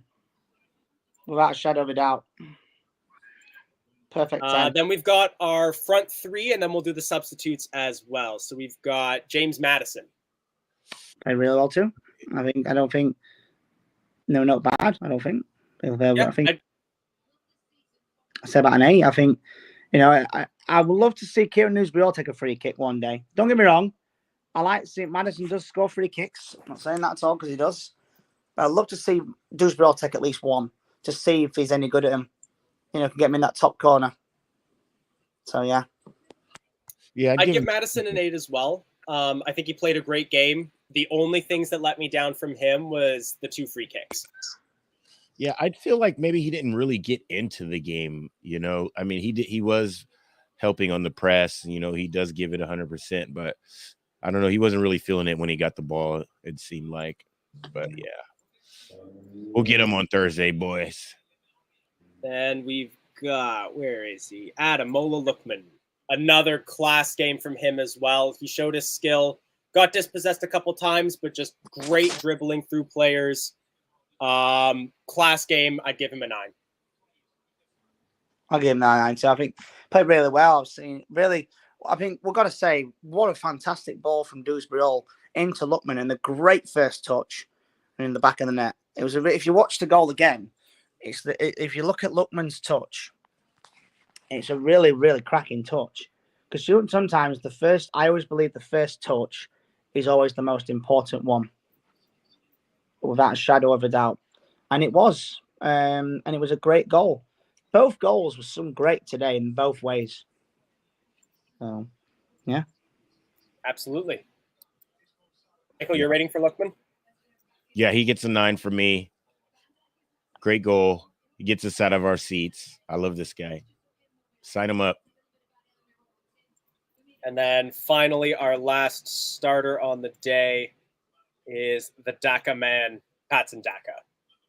Didn't have a great not great, but also lacked the service that he needs to be great. I don't want to take it out on him. 7. I think I would say 6. That's been generous. That I don't think he played that great. But I don't think he played terrible either. I just think just one of them. So like when you bring someone up, when you play FIFA and you bring someone on, literally for the last 5 minutes and the rating just stays at 6. It's kind of like that, really. Fair enough.